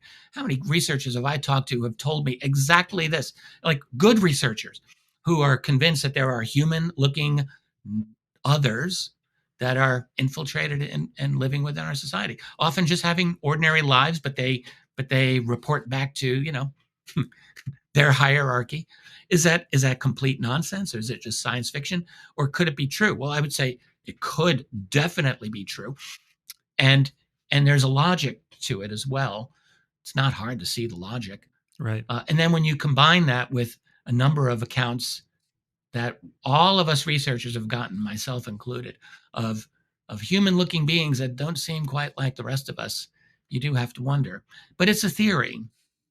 But it is a theory where, if you also, because I don't just study UFOs, I've studied geopolitics my entire life, longer than I've studied UFOs. And so I'm deeply interested in the understanding the true structure of power as it exists on this world of ours. And that's not easy to do, because that's not something that you just taught, Right. that they get taught in your sixth grade government class.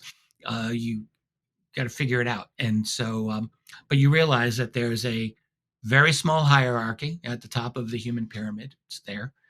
These are the people who run the Bilderberg meetings. Yeah, they are at the World Economic Forum. Yep, they're all those guys. That's real. And so, if you were an alien and you wanted to manage human society, you would want to maybe somehow get your hooks into that. Is that what they're actually doing? I can't say that I know. I've had amazing conversations with brilliant researchers who are very convinced that that's the case. And for my part, it's one of several viable theories that I do consider. Yeah. Yeah. And to your point, the logic of it, right, is, could you just, if you had some extremely advanced technological capabilities, could you just make yourself look like them, or us rather? Yeah. Sorry, I just outed myself as a member of them.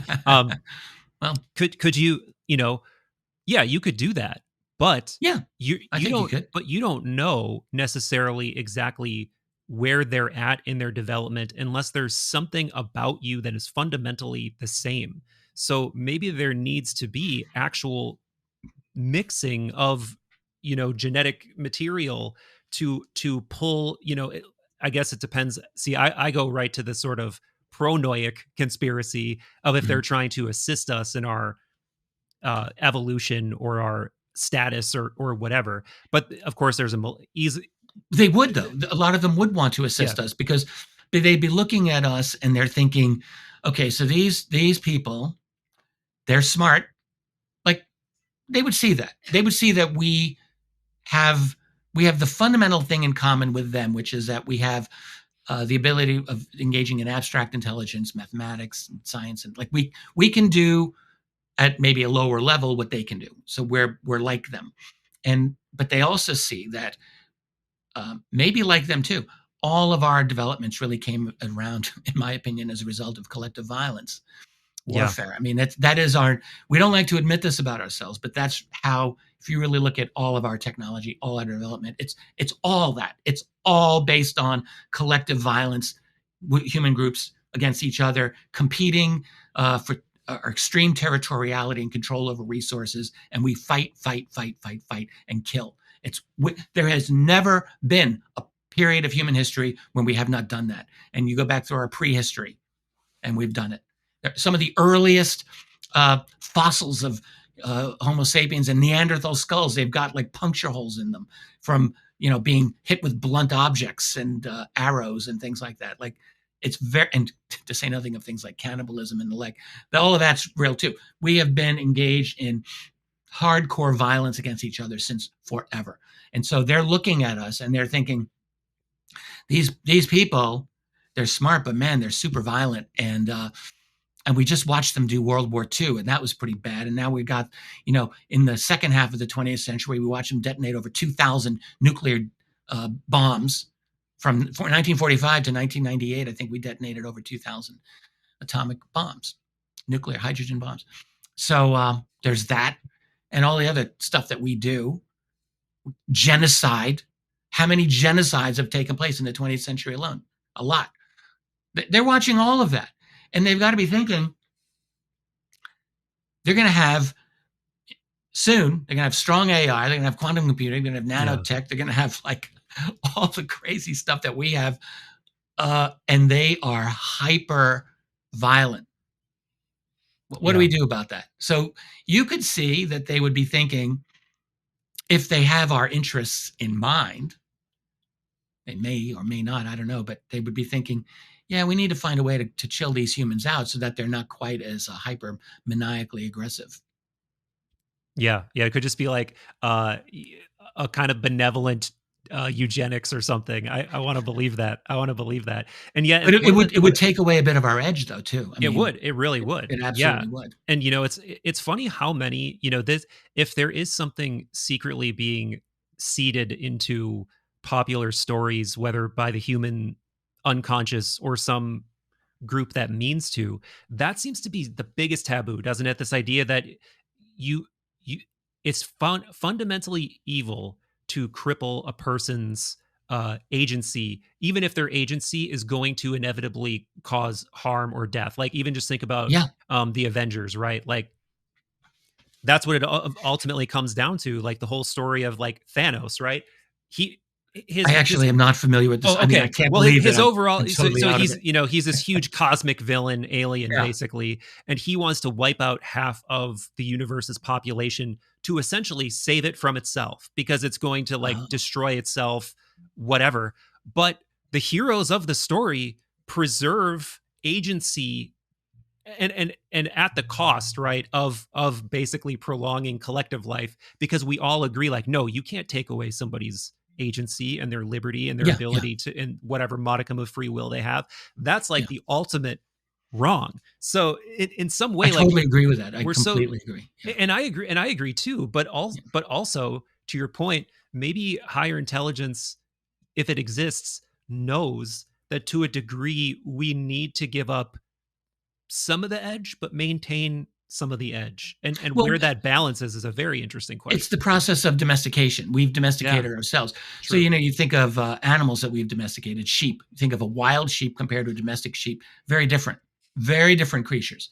Um, the domesticated sheep's brain is, I think, has lost a third of its mass from a Wow. wild sheep. And they're very docile, and that's how we like them. And they create a lot more wool than sheep in the wild. Well, we like that too. So we've domesticated and we've transformed them over 10,000 years. But we've also done that process to ourselves. So we are. I think there's a less native aggression. Like, I would bet anything that male testosterone generation is much less now than it was Yeah. 10,000 years ago. Probably not even close. But that's had to happen because when you have human beings now living in tightly packed societies, which we've had for the past 10,000 years, you can't have all that violence because it's just destructive to the community. And so men and women have had to learn new behaviors. We call them laws and mores and things like that, in order to allow us to cooperate in collective units so that we're not at each other's throats all the time. So two men don't have to kill each other when one guy sleeps with someone else's wife, which is really how these laws all started. You have to have people behaving, and that means you have to you are slowly breeding out certain qualities over a number of generations. That's the process of Yeah. domestication. So we are doing that to ourselves. And in theory, like, over a long enough period of time, I could imagine that the human species will continue to do that. And that's okay as long as we continue to exist within this artificial environment we've created for ourselves. If God forbid we were to lose this, if we have some kind of ecosystem or infrastructure collapse and Yeah. we're out to live in the wild, I don't think we would survive, Right. because Right. we've lost a lot of those natural abilities that we kind of bred them out of ourselves. Yeah, that's for sure. That's for sure. And So and now I we're, guess we're dependent on the technology. and I guess we should be clear too that we're not just jerking off our imaginations here, logically saying, well, if this would make sense, then that would make sense. You, from all the research you've done, and you highlight in the book, is that this is like a major through line of what experiencers experience, like what they have seen when they're having, it's a huge trope in everybody's abduction experience that there's a acquisition of genetic material or Mm-hmm. reproductive material. They seem to have created these like really physically attractive beings completely for the express purpose of copulating with and reproducing with human beings. So yeah, please take it over from there because you know so many specific stories and Well, highlight so many specific stories. it's actually, I've Of not exa- put it that way, so that's oh, interesting. okay, okay, But I wonder if that's part of it. Yeah, so there's definitely the genetic manipulation part of the encounter experience is clearly front row center when you deal with abduction researchers, the classic ones, whether it's Bud Hopkins or John Mack or David Jacobs, or the people doing it today. There is still this idea of hybridization is very, very central to it.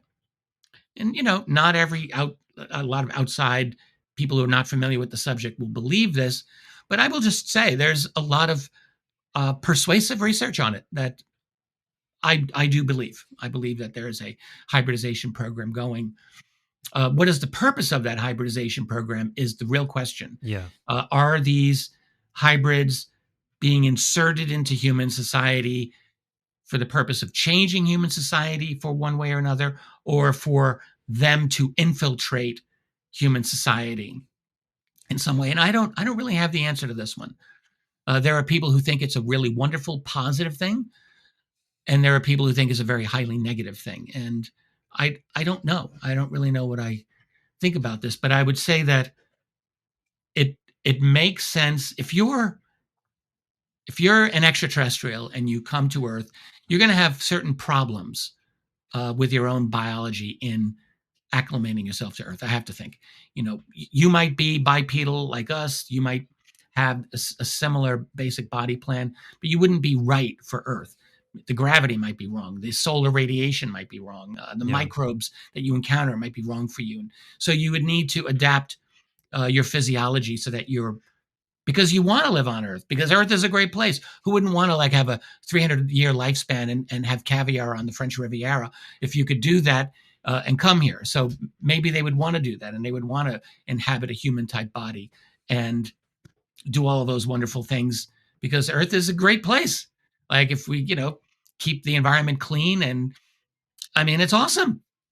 They might look at Earth and think, wow, it's a really great place. There's planets that have life, but look at Earth. It's got immense amounts of life on land, immense amounts of life in the water. It's got jungles. It's got great plains. It's got everything. It's got everything. We have a superabundance of life. We're not just scratching out a little meager existence here. This is a great planet for life. So I'm sure they see that and they're thinking, I'd like a little piece of that. I could not be surprised at all if someone thought that. And so creating a hybrid species genetically for them might be what they want to do. Yeah. Yeah. So this begs the question, hybrid of what, right? There's this common cast of types of beings that are described, but I'm not sure if I've ever come across before this book the hierarchical argument exactly as you lay it out, that there could be this hierarchy of beings, and that the anecdotes that have been told throughout the lore seem to support a certain, I guess, pecking order of the maybe beings. Yeah. Some of this I was guided, or at least I was inspired by David Jacobs, and David can be very controversial for some people. There are people who love his work and people who hate his work, because David Jacobs has always believed that they are here to take over our planet. It's planetary takeover, and we need to defend our species from them. He is very, very explicit about that.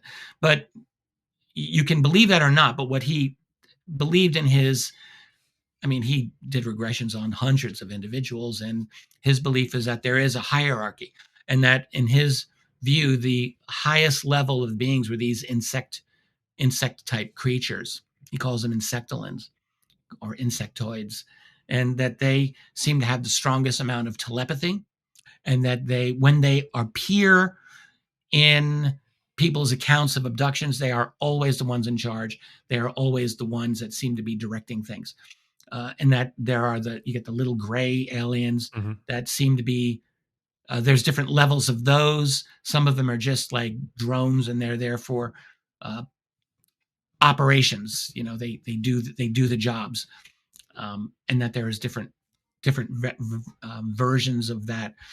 And then you've got other types of beings that people notice. There's human-looking beings. How do they fit into this? You have some people will describe as reptilian-looking. How do they fit in? And I don't know. I don't know how they all fit together, truthfully. I suspect, though, that the ones who look human were probably modified from our own genetics at some point, could be thousands of years ago. And, they got us working for them. That certain group of humans could very well be in middle or even upper management with some alien civilization, for all I know. Yeah, you would need human-looking people to infiltrate and to function on Earth for your interests. You would have to have that. Yeah, the idea that we're working with them, like aspects of our own military industrial complex are working for them for potentially malevolent reasons, even like locally malevolent reasons, but like with some greater picture, where the ends justify the means, right? Like, well, we need to do this because we have this big, long 100-year agenda we've committed to co-working with them. Like, even that is still pretty disturbing for the person who's being, hypothetically abducted and experimented upon, and having, implants rammed up their nose, or, being sexually violated, or whatever's going on. And there are a lot of stories like that. You tell a story in the book about these like newly recruited Marines who are brought somewhere, and like That was from I think that was one of Preston Dennett's Oh, stories, okay, if I'm not okay. mistaken, that I took from him. Yeah. That was one where I think he was he was trying to remember. It's been 5 years since I've looked at that story.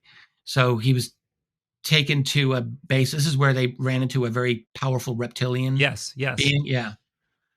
Yeah, But it that's was what like but working with like basically it was like yes. uniformed, right? Yes, exactly. Yeah, it was a connection supposedly with Air Force, and then this big, scary reptilian creature was seen at this place. According to this, Yeah.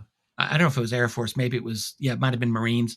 But yeah, this collaboration. I don't know what to think of it. I mean, um, I found the guy's account to be as believable as the way that Preston investigated it. I thought, yeah, I think I might believe this, so I put it in there. Yeah. What do you think of other stories that have materialized more recently, like with people like Herrera? And there's Mm-hmm. the right there's a clean line between that and all of the psionic asset stuff that Barber talks about, Yeah, which is always interesting when you can put when you yeah. can. I haven't spoken directly with Michael Herrera. I don't think so, but I believe his. I think he's truthful. So he has this story about being out. He was out in Indonesia and Mhm. seeing this massive craft. Um, As a Marine, yeah. as yeah, and no, I believe that. I think I believe that. Um, the thing that we have to recognize is if you it's there's a lot of if then statements in Right. ufology. It's like if there are aliens here, if they're here in any form, then there has to be an infrastructure associated with that. There's got to Right. be Hmm. probably a substantial infrastructure associated with them and with us covertly to deal with them, Yeah. especially now that if it's been like going for 80 years minimum, since Roswell or World War II, then you've had 80 years of a human infrastructure to develop around this, and it would have to be a massive secret infrastructure. So some of the things that a guy like Michael Herrera is reporting would make sense, frankly. Yeah. And for the quick nutshell version of that story, in case people are just like, wait, who is this? What happened?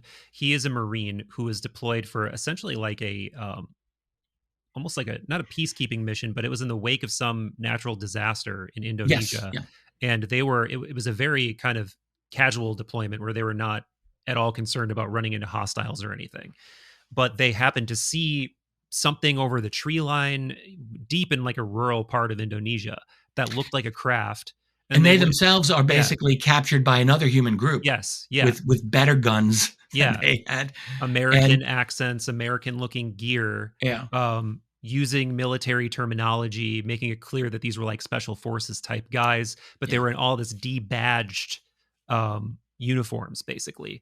And they were working with what seemed to be an ARV, like a reverse engineered alien reproduction vehicle, where they were transporting people. And Herrera's initial belief was that these people were being like kidnapped or human like human trafficking type trafficked. operation. Yeah. Yeah, Yeah. And then Barber, this other UFO whistleblower, communicates with him saying, like, you're pretty much right, but it's not like they're being human trafficked. Like these exactly. people know what they're be signing up for. They are And like we treat them really prospective. well and all Yeah. of that. Yeah. Yeah, Yeah. right. What do you think about that? I mean, like that's a, I mean, Well, we man, need to. yeah. I think we should continue to explore it and to do our best to fact check it. It's a valid thing to be looking into at this point. Yeah. And part of the, the subtext of the story is that these people may have been traumatized and that there's some role that trauma plays in unlocking potentially psychical abilities, Yeah, well, we know um this. That's yeah, what MK Ultra was about. right. You Yeah. you create trauma based conditioning. There's the great story uh, of Kathy O'Brien, from the really underground book called The Transformation of America, play on the Mm. word trans. Oh, And she, I don't know if she's alive anymore. Her partner was a man named Mark Phillips.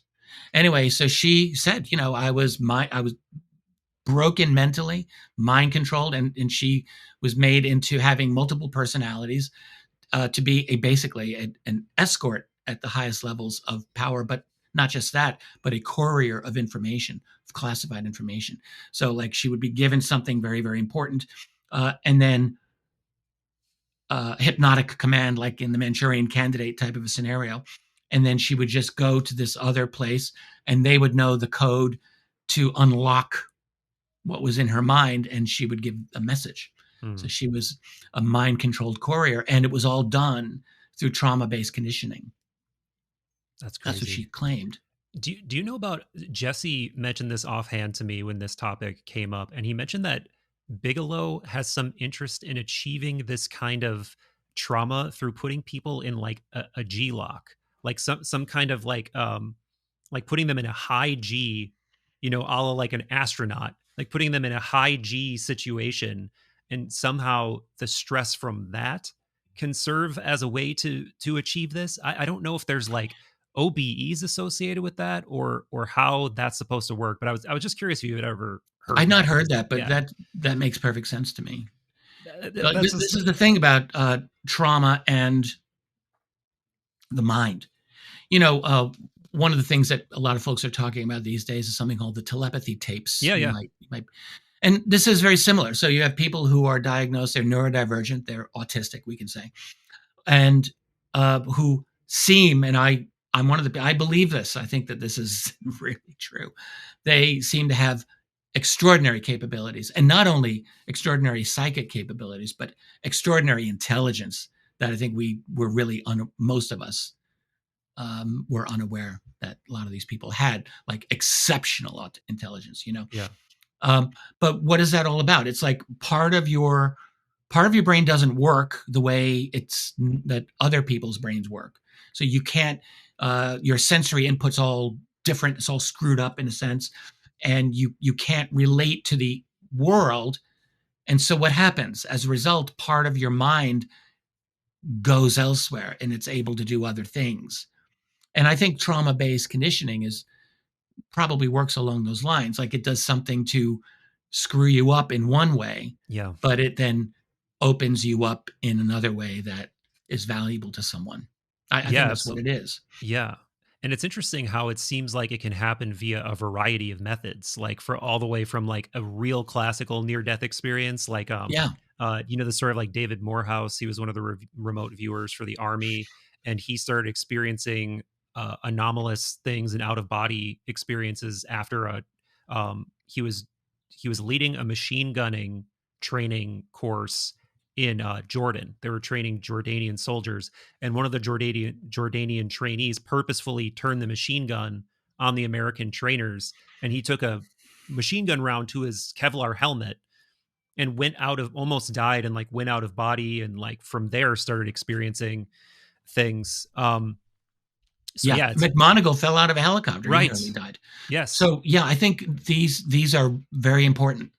Like it can trigger this type of thing, or even if it's not a near death experience, I could imagine some kind of extreme trauma uh, could conceivably do it as well. Have you ever, I guess on this note, have you ever had any anomalous experiences, or do Hmm. you? Yeah, but not along the lines that some people can talk about. So my anomalous experiences are pretty low level, but I have had a couple. Yes, for sure.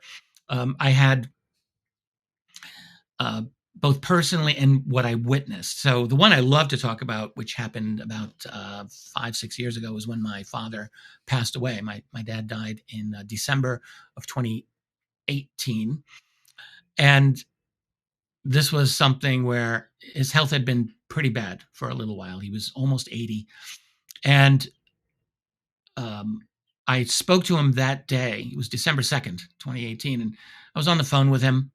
He was hospitalized, and we had a nice conversation. And I'm so happy. The last thing I ever said to my father, the last thing was, "I love you." So glad.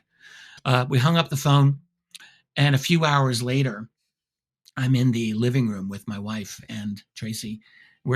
She's on her laptop over here. I'm on my laptop here, whatever we're doing. Mhm. And I had just installed these two ceiling lights, recessed ceiling lights.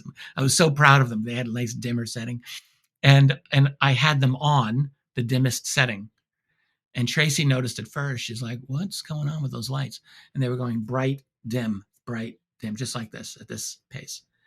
And I looked at the lights and I got all huffy about it. I was like, Brian's a licensed contractor. That should not be happening. I get up off the couch and I'm watching the lights and they're just spazzing out like this, and I jammed the switch up and down a few times to turn it off, and that was the end of it. So 15 minutes later, one of my sisters called me to say that our father had passed away 15 minutes earlier. I will never, ever, ever believe that's a coincidence.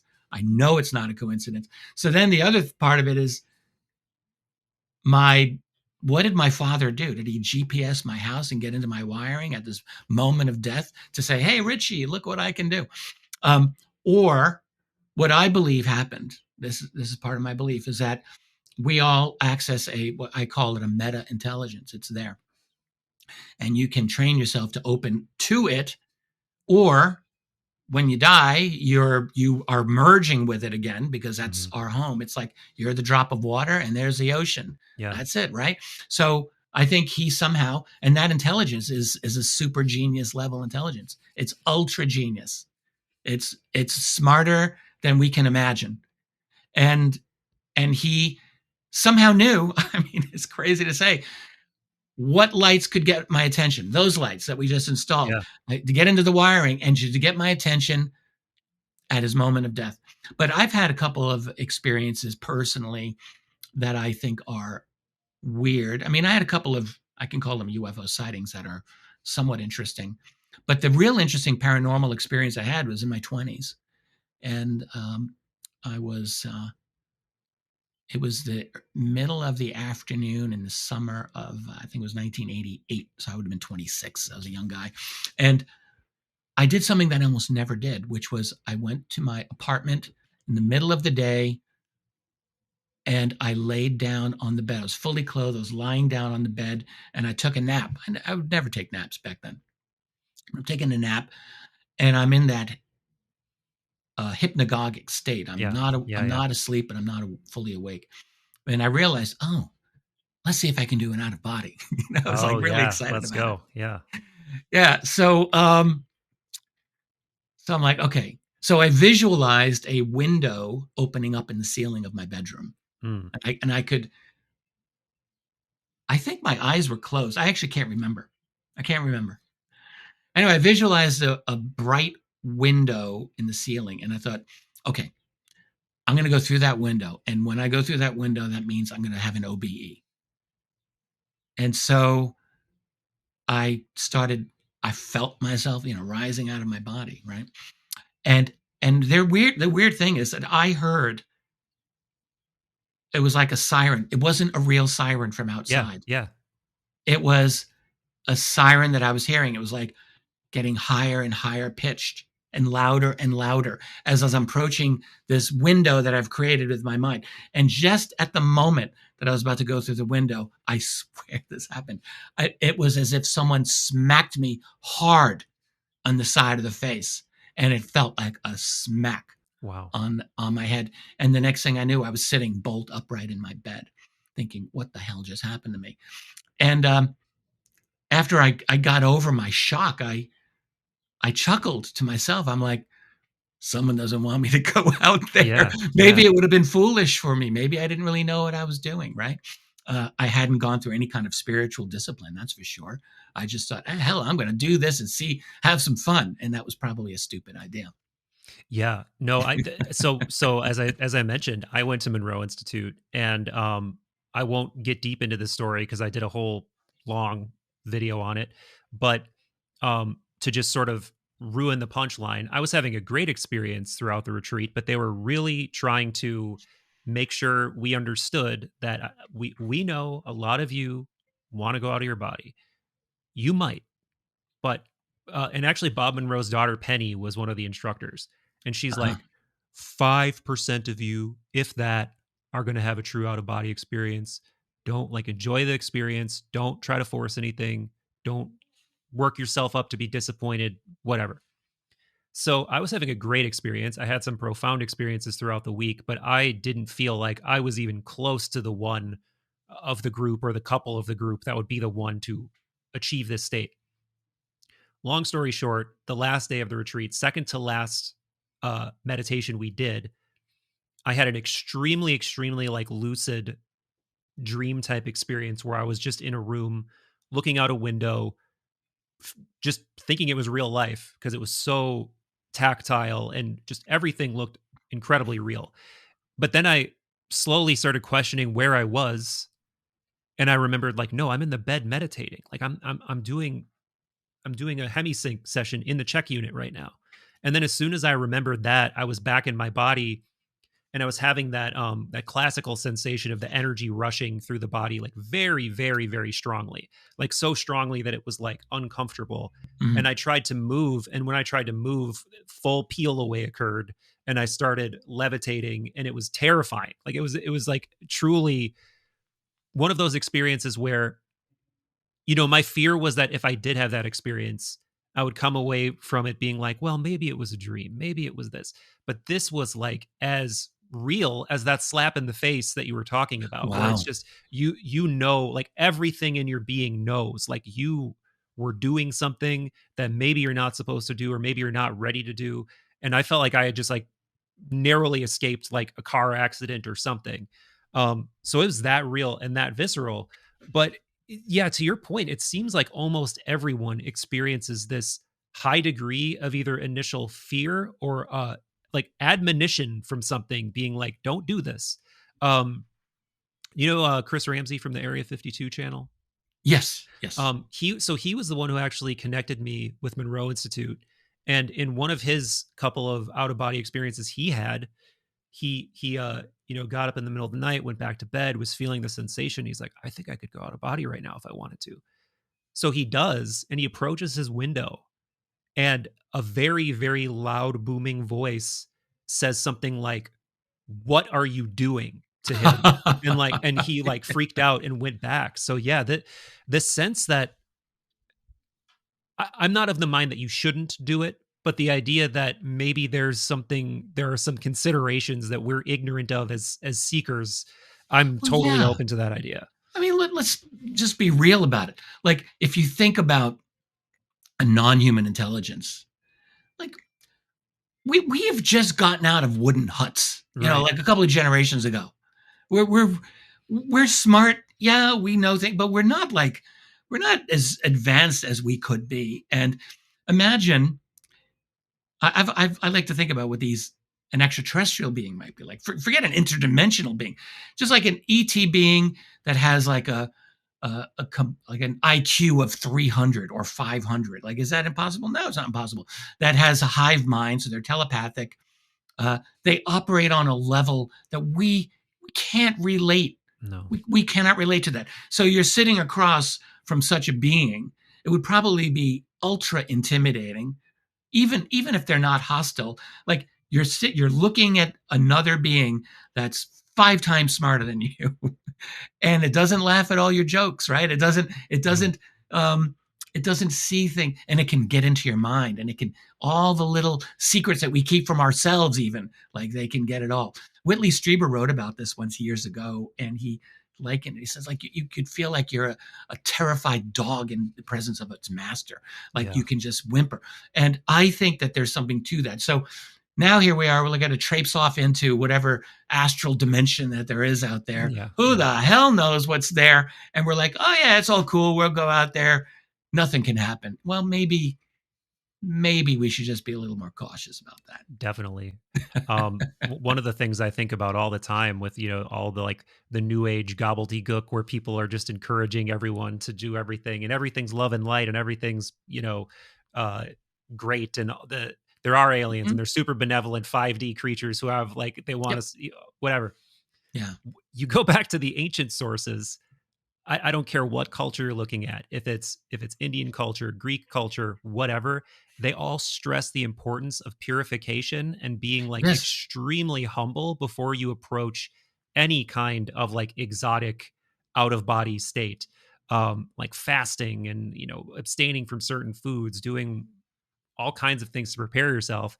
And we don't do any of that. We don't even know how to, like, if you told me to purify myself, I'd be like, okay, I guess I'll fast and take a shower, not have sex for a while, and but we don't know like what that means or why or whatever.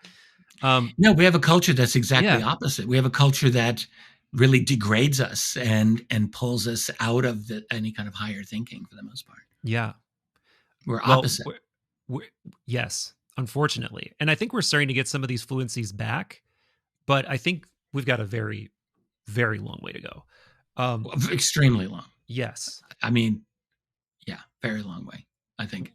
We're getting deep in the conversation, and I wanted to ask you this before we wrap up for sure, which is what do you see coming down the pike with your ability to sort of read the tea leaves, see where how far disclosure has come in the last couple of years? First of all, since 2017, it's just been like one explosion after another. But combine your tea leaf reading ability with your connections and things that you're aware of. What do you think is going to rear up in the next couple of years? Well, there's a couple. All right, short answer. I can't say that I know. Long answer. So we're dealing with a few big transformative things happening in our world, and they cannot be seen separately from each other. So one is like the technological revolution, and along with that comes a necessary geopolitical and social and sociological revolution. Like it's all tied in together. Because really, when you have a world where you're creating a digital panopticon where no one will ever have privacy for the rest of all time, and that's going to be the world. That is the world, and it's just going to get more. So that's going to transform. And then on top of that, where AI is taking more and more people's jobs, this is inevitable. This cannot be avoided. So we are outsourcing our own intelligence and our own capabilities to algorithms increasingly. And so, and then you have the younger generations are growing up like glued to their phone, like just like this, living on TikTok, and we can see mental illness is going up, attention spans are going down. This is all measurable. There's no controversy about this. There's a lot of psychological damage that we're doing to ourselves as a species because of the kind of world we are creating, and we cannot help ourselves. So all of that's happening. And at the same time, we're creating a global governance system. I mean, there's fights going on right now. That's why Trump got elected, frankly. That's why you see like a reaction in different parts of Europe against the kind of centralist EU bureaucracy and all of that. So, but I think in the long run, the centralizing digital tendencies are going to probably win out, because I think because that's what the technology demands. It demands global centralization and a kind of global totalitarianism. I just see that as probably happening. It doesn't matter what I want, because I don't want that, but I think that's going to happen. So that's, let's say, long term, next couple of generations, that's going to be in place. Centralized, complete management of narratives. I would like to be wrong here, but I just think that's what's going to happen. Well, so at the same time, though, the knowledge of these other beings is becoming more and more difficult to deny. So I could imagine that there'll be a very controlled narrative that comes out on what we call disclosure. The problem that I've always seen is, like, I used to call it, like, how do you become half pregnant, like a little bit pregnant? So, like, in other words, if you're going to put this secret out there, if you're going to say the reality that there are other beings here, how do you not acknowledge all of the other things you've done, the 80 plus years of cover up and conspiracy, the fact that you've got all of their tech, the fact that you've completely subverted your Republican institutions in service of this secret, the fact that you've corrupted your academic society, your academic institutions, your politics, your media, all of that became totally corrupted. Like, how do you give up some of this secret without giving up all these other things? But I think that that's exactly what the plan is. They're going to give up as restricted amount of information. So if you think of the UFO reality as this mountain, uh, they'll take like a little sliver of that, the sliver that's, follows the rule of cover your ass, and they will protect themselves to the max, and they will try to get away with that by controlling all the narratives. And the question is, can they do that? Is that possible, or is that not possible? And it depends on the day of the week what I think. Like, can it be pulled off? I think it can be pulled off. Like, they could do it given enough time, given enough, like, next generation neuro implants, whatever the hell they stick in us, and monitor our thoughts. Like, this is all like 10, 20 years away, probably. Yeah. I think, Well, and I they'll think the blame it on important Elon Musk, but this is just happening. Yeah, It's just to add something to, I think that even bolsters what you're saying further, is that I always used to say, if there ever is a Matrix pod, a la the movie The Matrix, we will not need all powerful archons to force us in at gunpoint. We will go in, like we because willingly, yeah. because we'll either go in willingly, or to your point, if we're interacting with something orders of magnitude more intelligent than we are. Like, let's just say they're like us with super high IQs, let alone maybe they operate in like the 4D, like they have time manipulation or something.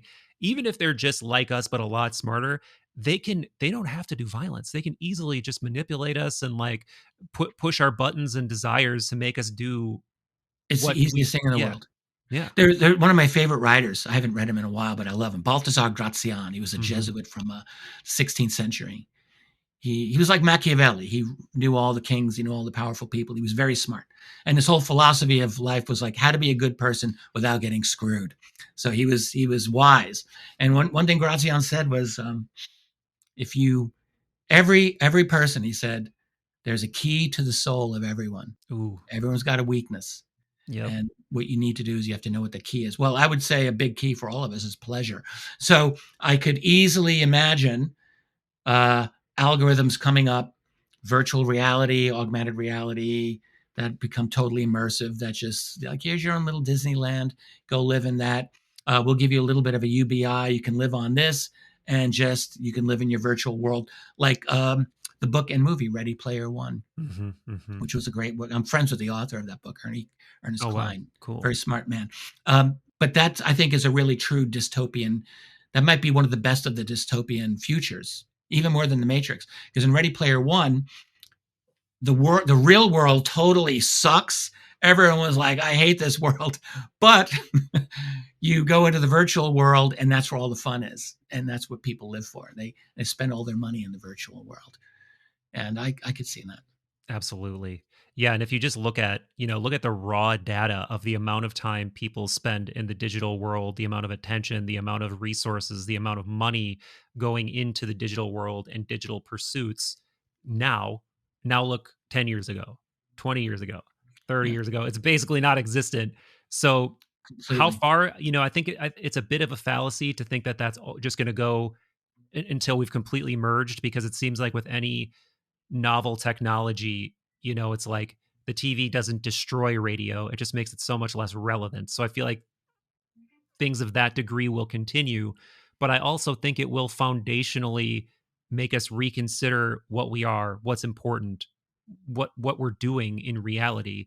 Um and what that even looks like, I think, is impossible to guess, because it's sort of like watching old sci-fi where they couldn't have predicted the internet, right? It's just like, well, Exactly. they just, Yeah, like in Blade Runner, there's no internet, right? It's just not part of their dystopian future. So we can't totally. even Yeah, imagine like what we can't imagine what we can't imagine. And I think that will always make it agreed. yeah. One thing I like to believe is that, I mean, I'm not I don't want to be totally dystopian here. Yeah. I think, I mean, I do have a lot of dystopian tendencies. It's true. Like, I think we're going to some bad places, but also I think there's probably a certain inevitability about it, and that, look, future people will find a way to adapt to it, Yeah. and I think there'll also be some deep thinkers in the future. Undoubtedly, there will be those who are, somehow they're liberated from whatever cultural shackles that are seeking to be imposed on them, and there will be free thinkers, and they'll probably have a lot of tools at their disposal to go kind of deep. So there could be some really, very positive developments that come out in the future.